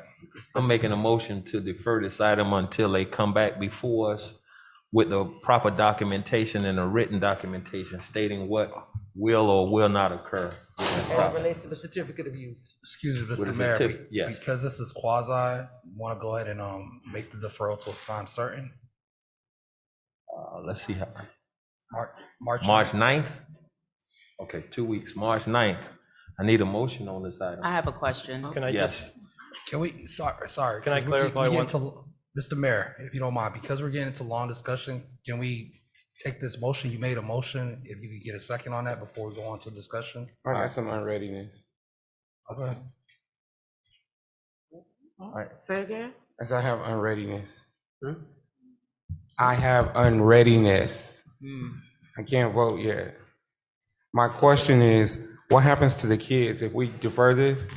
How long does before something happens with the students in the school, how long can this be deferred? Till it starts affecting their operation? Well, they're pending before you with an application, so it's my understanding that code enforcement is not taking enforcement actions as far as closing the school. That's correct. Because they have an application pending before city council. So they'll be able to continue to operate until we make a decision? Till That's March, correct. till the certain date. Okay. can I just ask one question? The agreement that we're proposing is the exact same agreement that the city attorney proposed. It's basically one term, is that we'll provide off-site recreation to students, so. But do we have that in writing? Yes. You do, if you're talking about the declaration of restrictive covenant? Yeah. That's what I propose. Right, but the agreement that we would be proposing would be the exact same But they language. need- It's they just that still it wouldn't need be, excuse me, it wouldn't be recorded. But it's the exact same language, so deferring it really, we're gonna come back with the same agreement and the same language and the same issue of not being able to record it. I really do not see legally, and I haven't gotten an answer, why you cannot put a condition in the variance. The variance is gonna run with the land, and the condition will say to everyone else that comes after us that's gonna take advantage of this variance, you have to provide off-site recreation. Just like you would condition a site plan.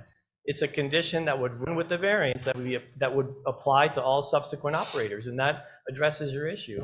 I do not see legally why that cannot be done. Because you don't want it, you just said the owner will not allow the covenant to run with the land. It's not a covenant, it's a condition of the variance approval All that right, they're approving.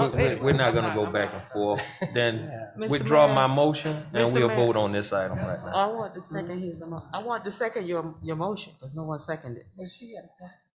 I have a question. So they don't have this agreement before us tonight, right?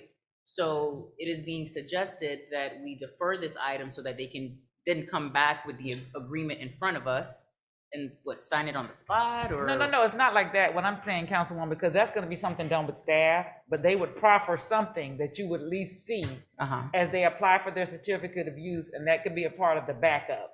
We sent the They agreement to proffer you. that they're so- gonna apply for the certificate of use, and they're gonna do these things, so at least you have it.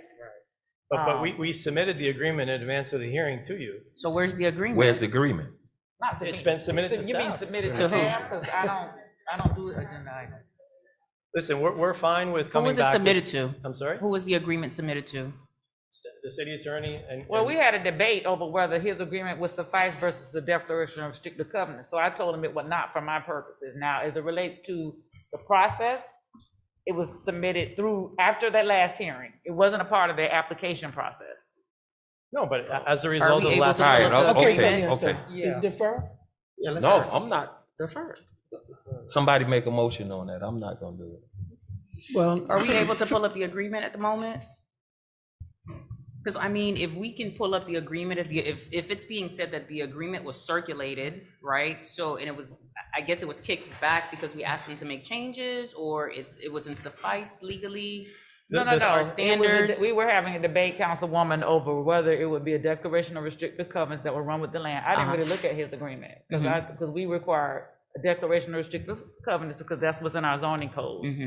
So it would be up to you all if you want to entertain an agreement, but you don't only just need his proffer. You need that part, the certificate of use part that goes with it, which is the zoning thing. Well, I think, here's what I think. I think that we have to take the advice of our attorney and take a look at it. You can proffer it, and I would make a motion to defer it, to review it, so that we'd have something in writing that is agreed upon, and then we could come back, if you guys are comfortable with it, at the March 9th meeting. If it is not up to standard, then it just comes as whatever it comes, and then that's it. Second. I'd like to get a copy of that agreement so that we can review it. Yeah. That motion been moved and seconded. Mr. Clerk, call the roll. Yes. Councilwoman Campbell. Yes. Councilwoman McDarrell.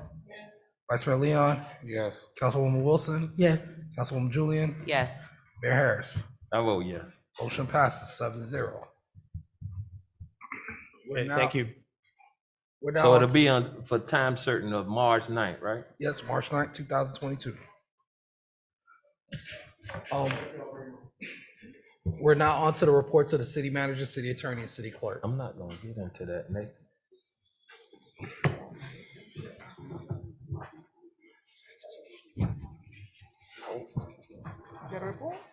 Report.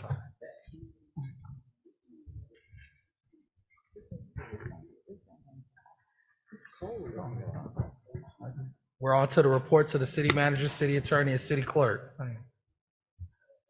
Mr. Mayor, Vice Mayor, council members. I'm sorry.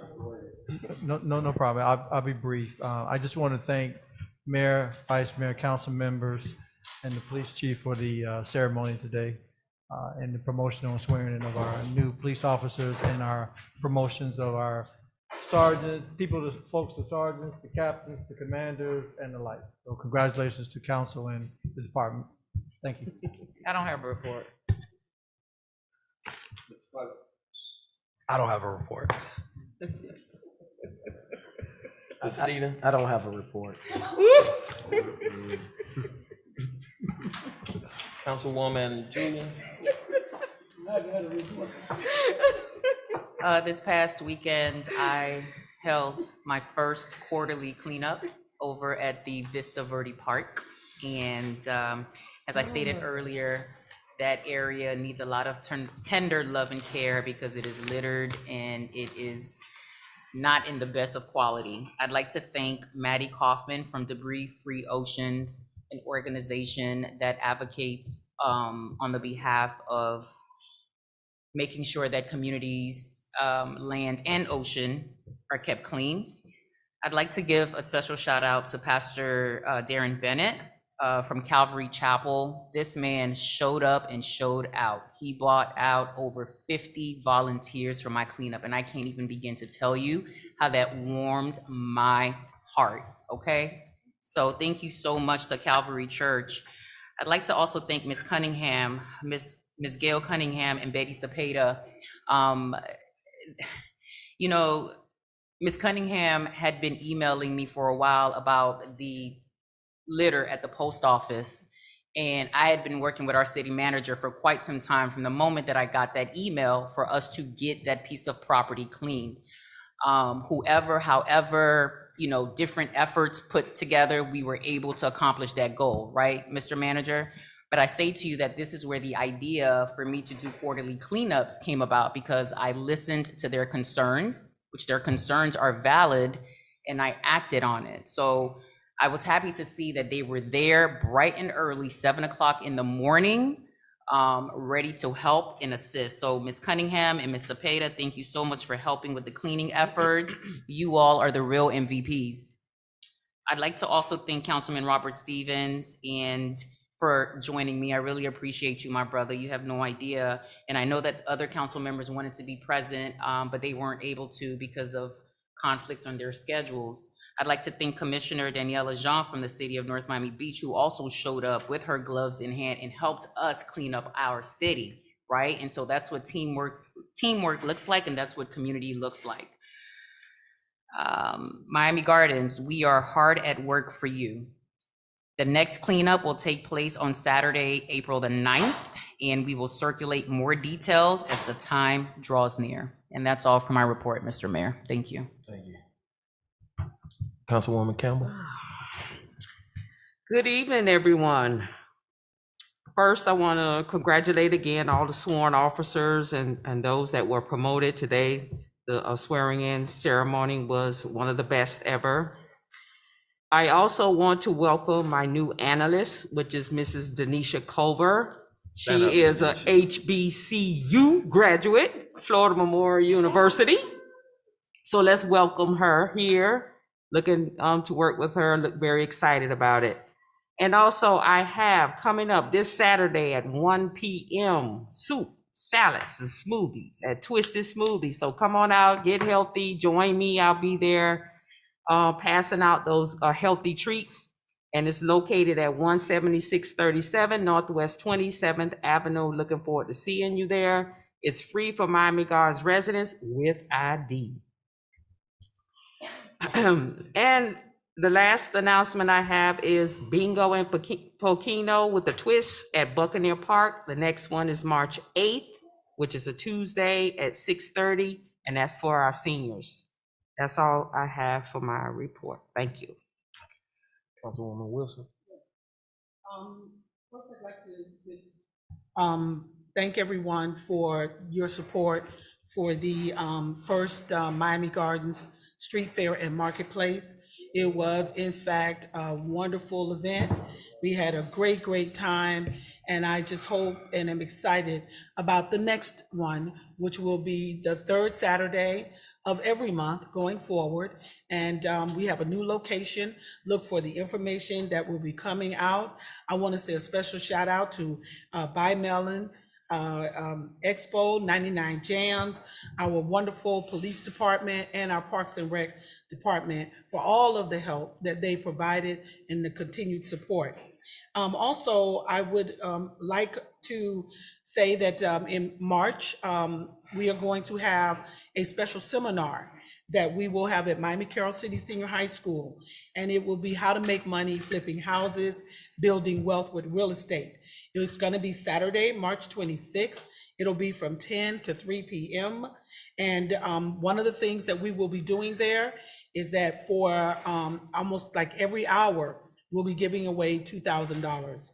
And so if you want to learn about real estate, you want to learn about how there are opportunities out there for you to make money, please be there. We have some national as well as local trainers and teachers who will help you to be able to do that.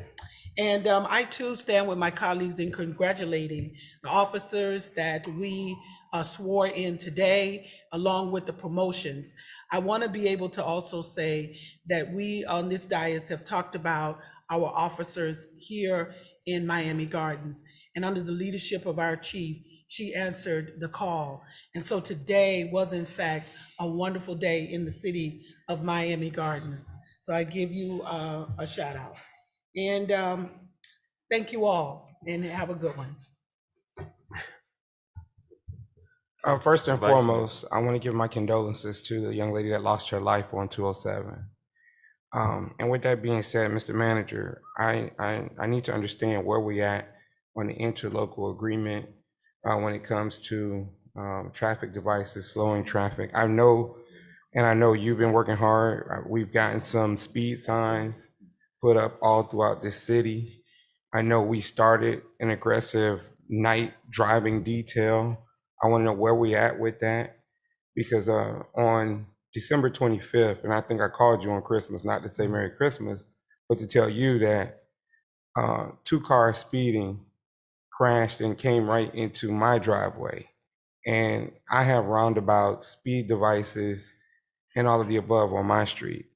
And the speeding in the city is totally out of control between 154, 22nd Avenue, 37th Avenue, 207th on both sides, 191st, 183rd.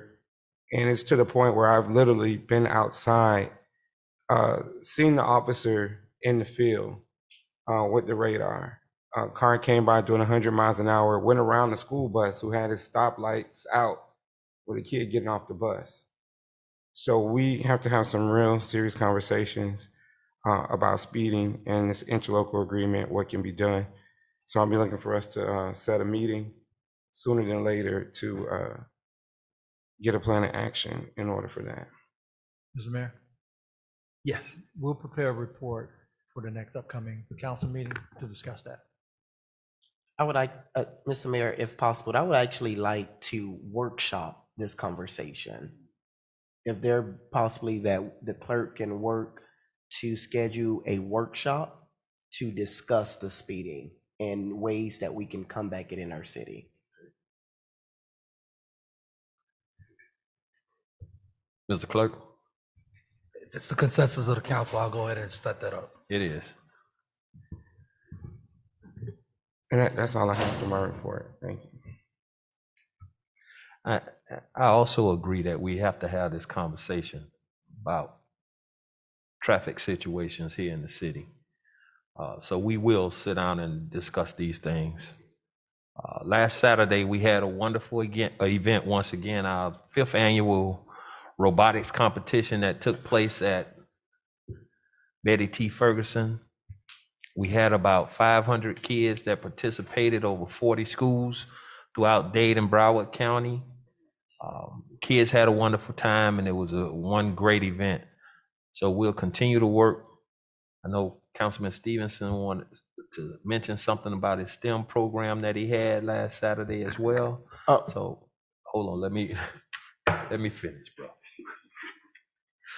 Again, Chief, that was a great promotional ceremony today, as well as bringing new recruits aboard. Thank you for your hard work and commitment to making sure our city is safe.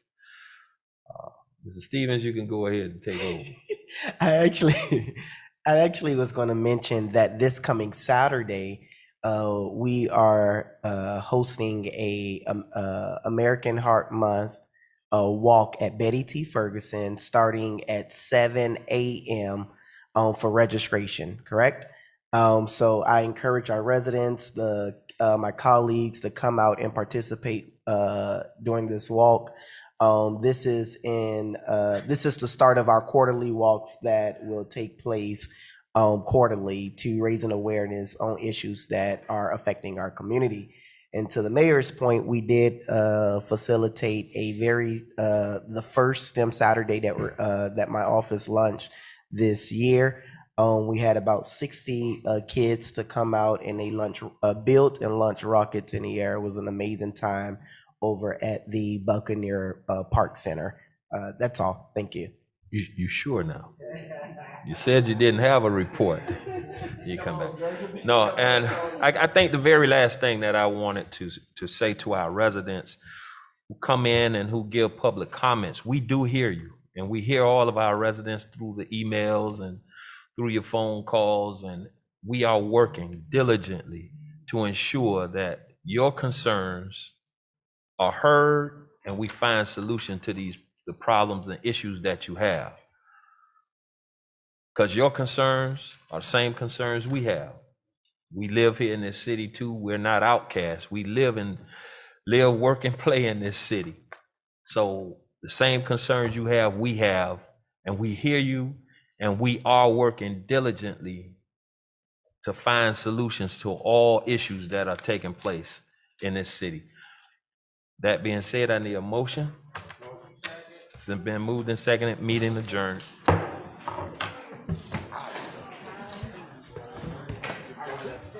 Huh? You know you get the first time. You see, I be quiet real quick, right?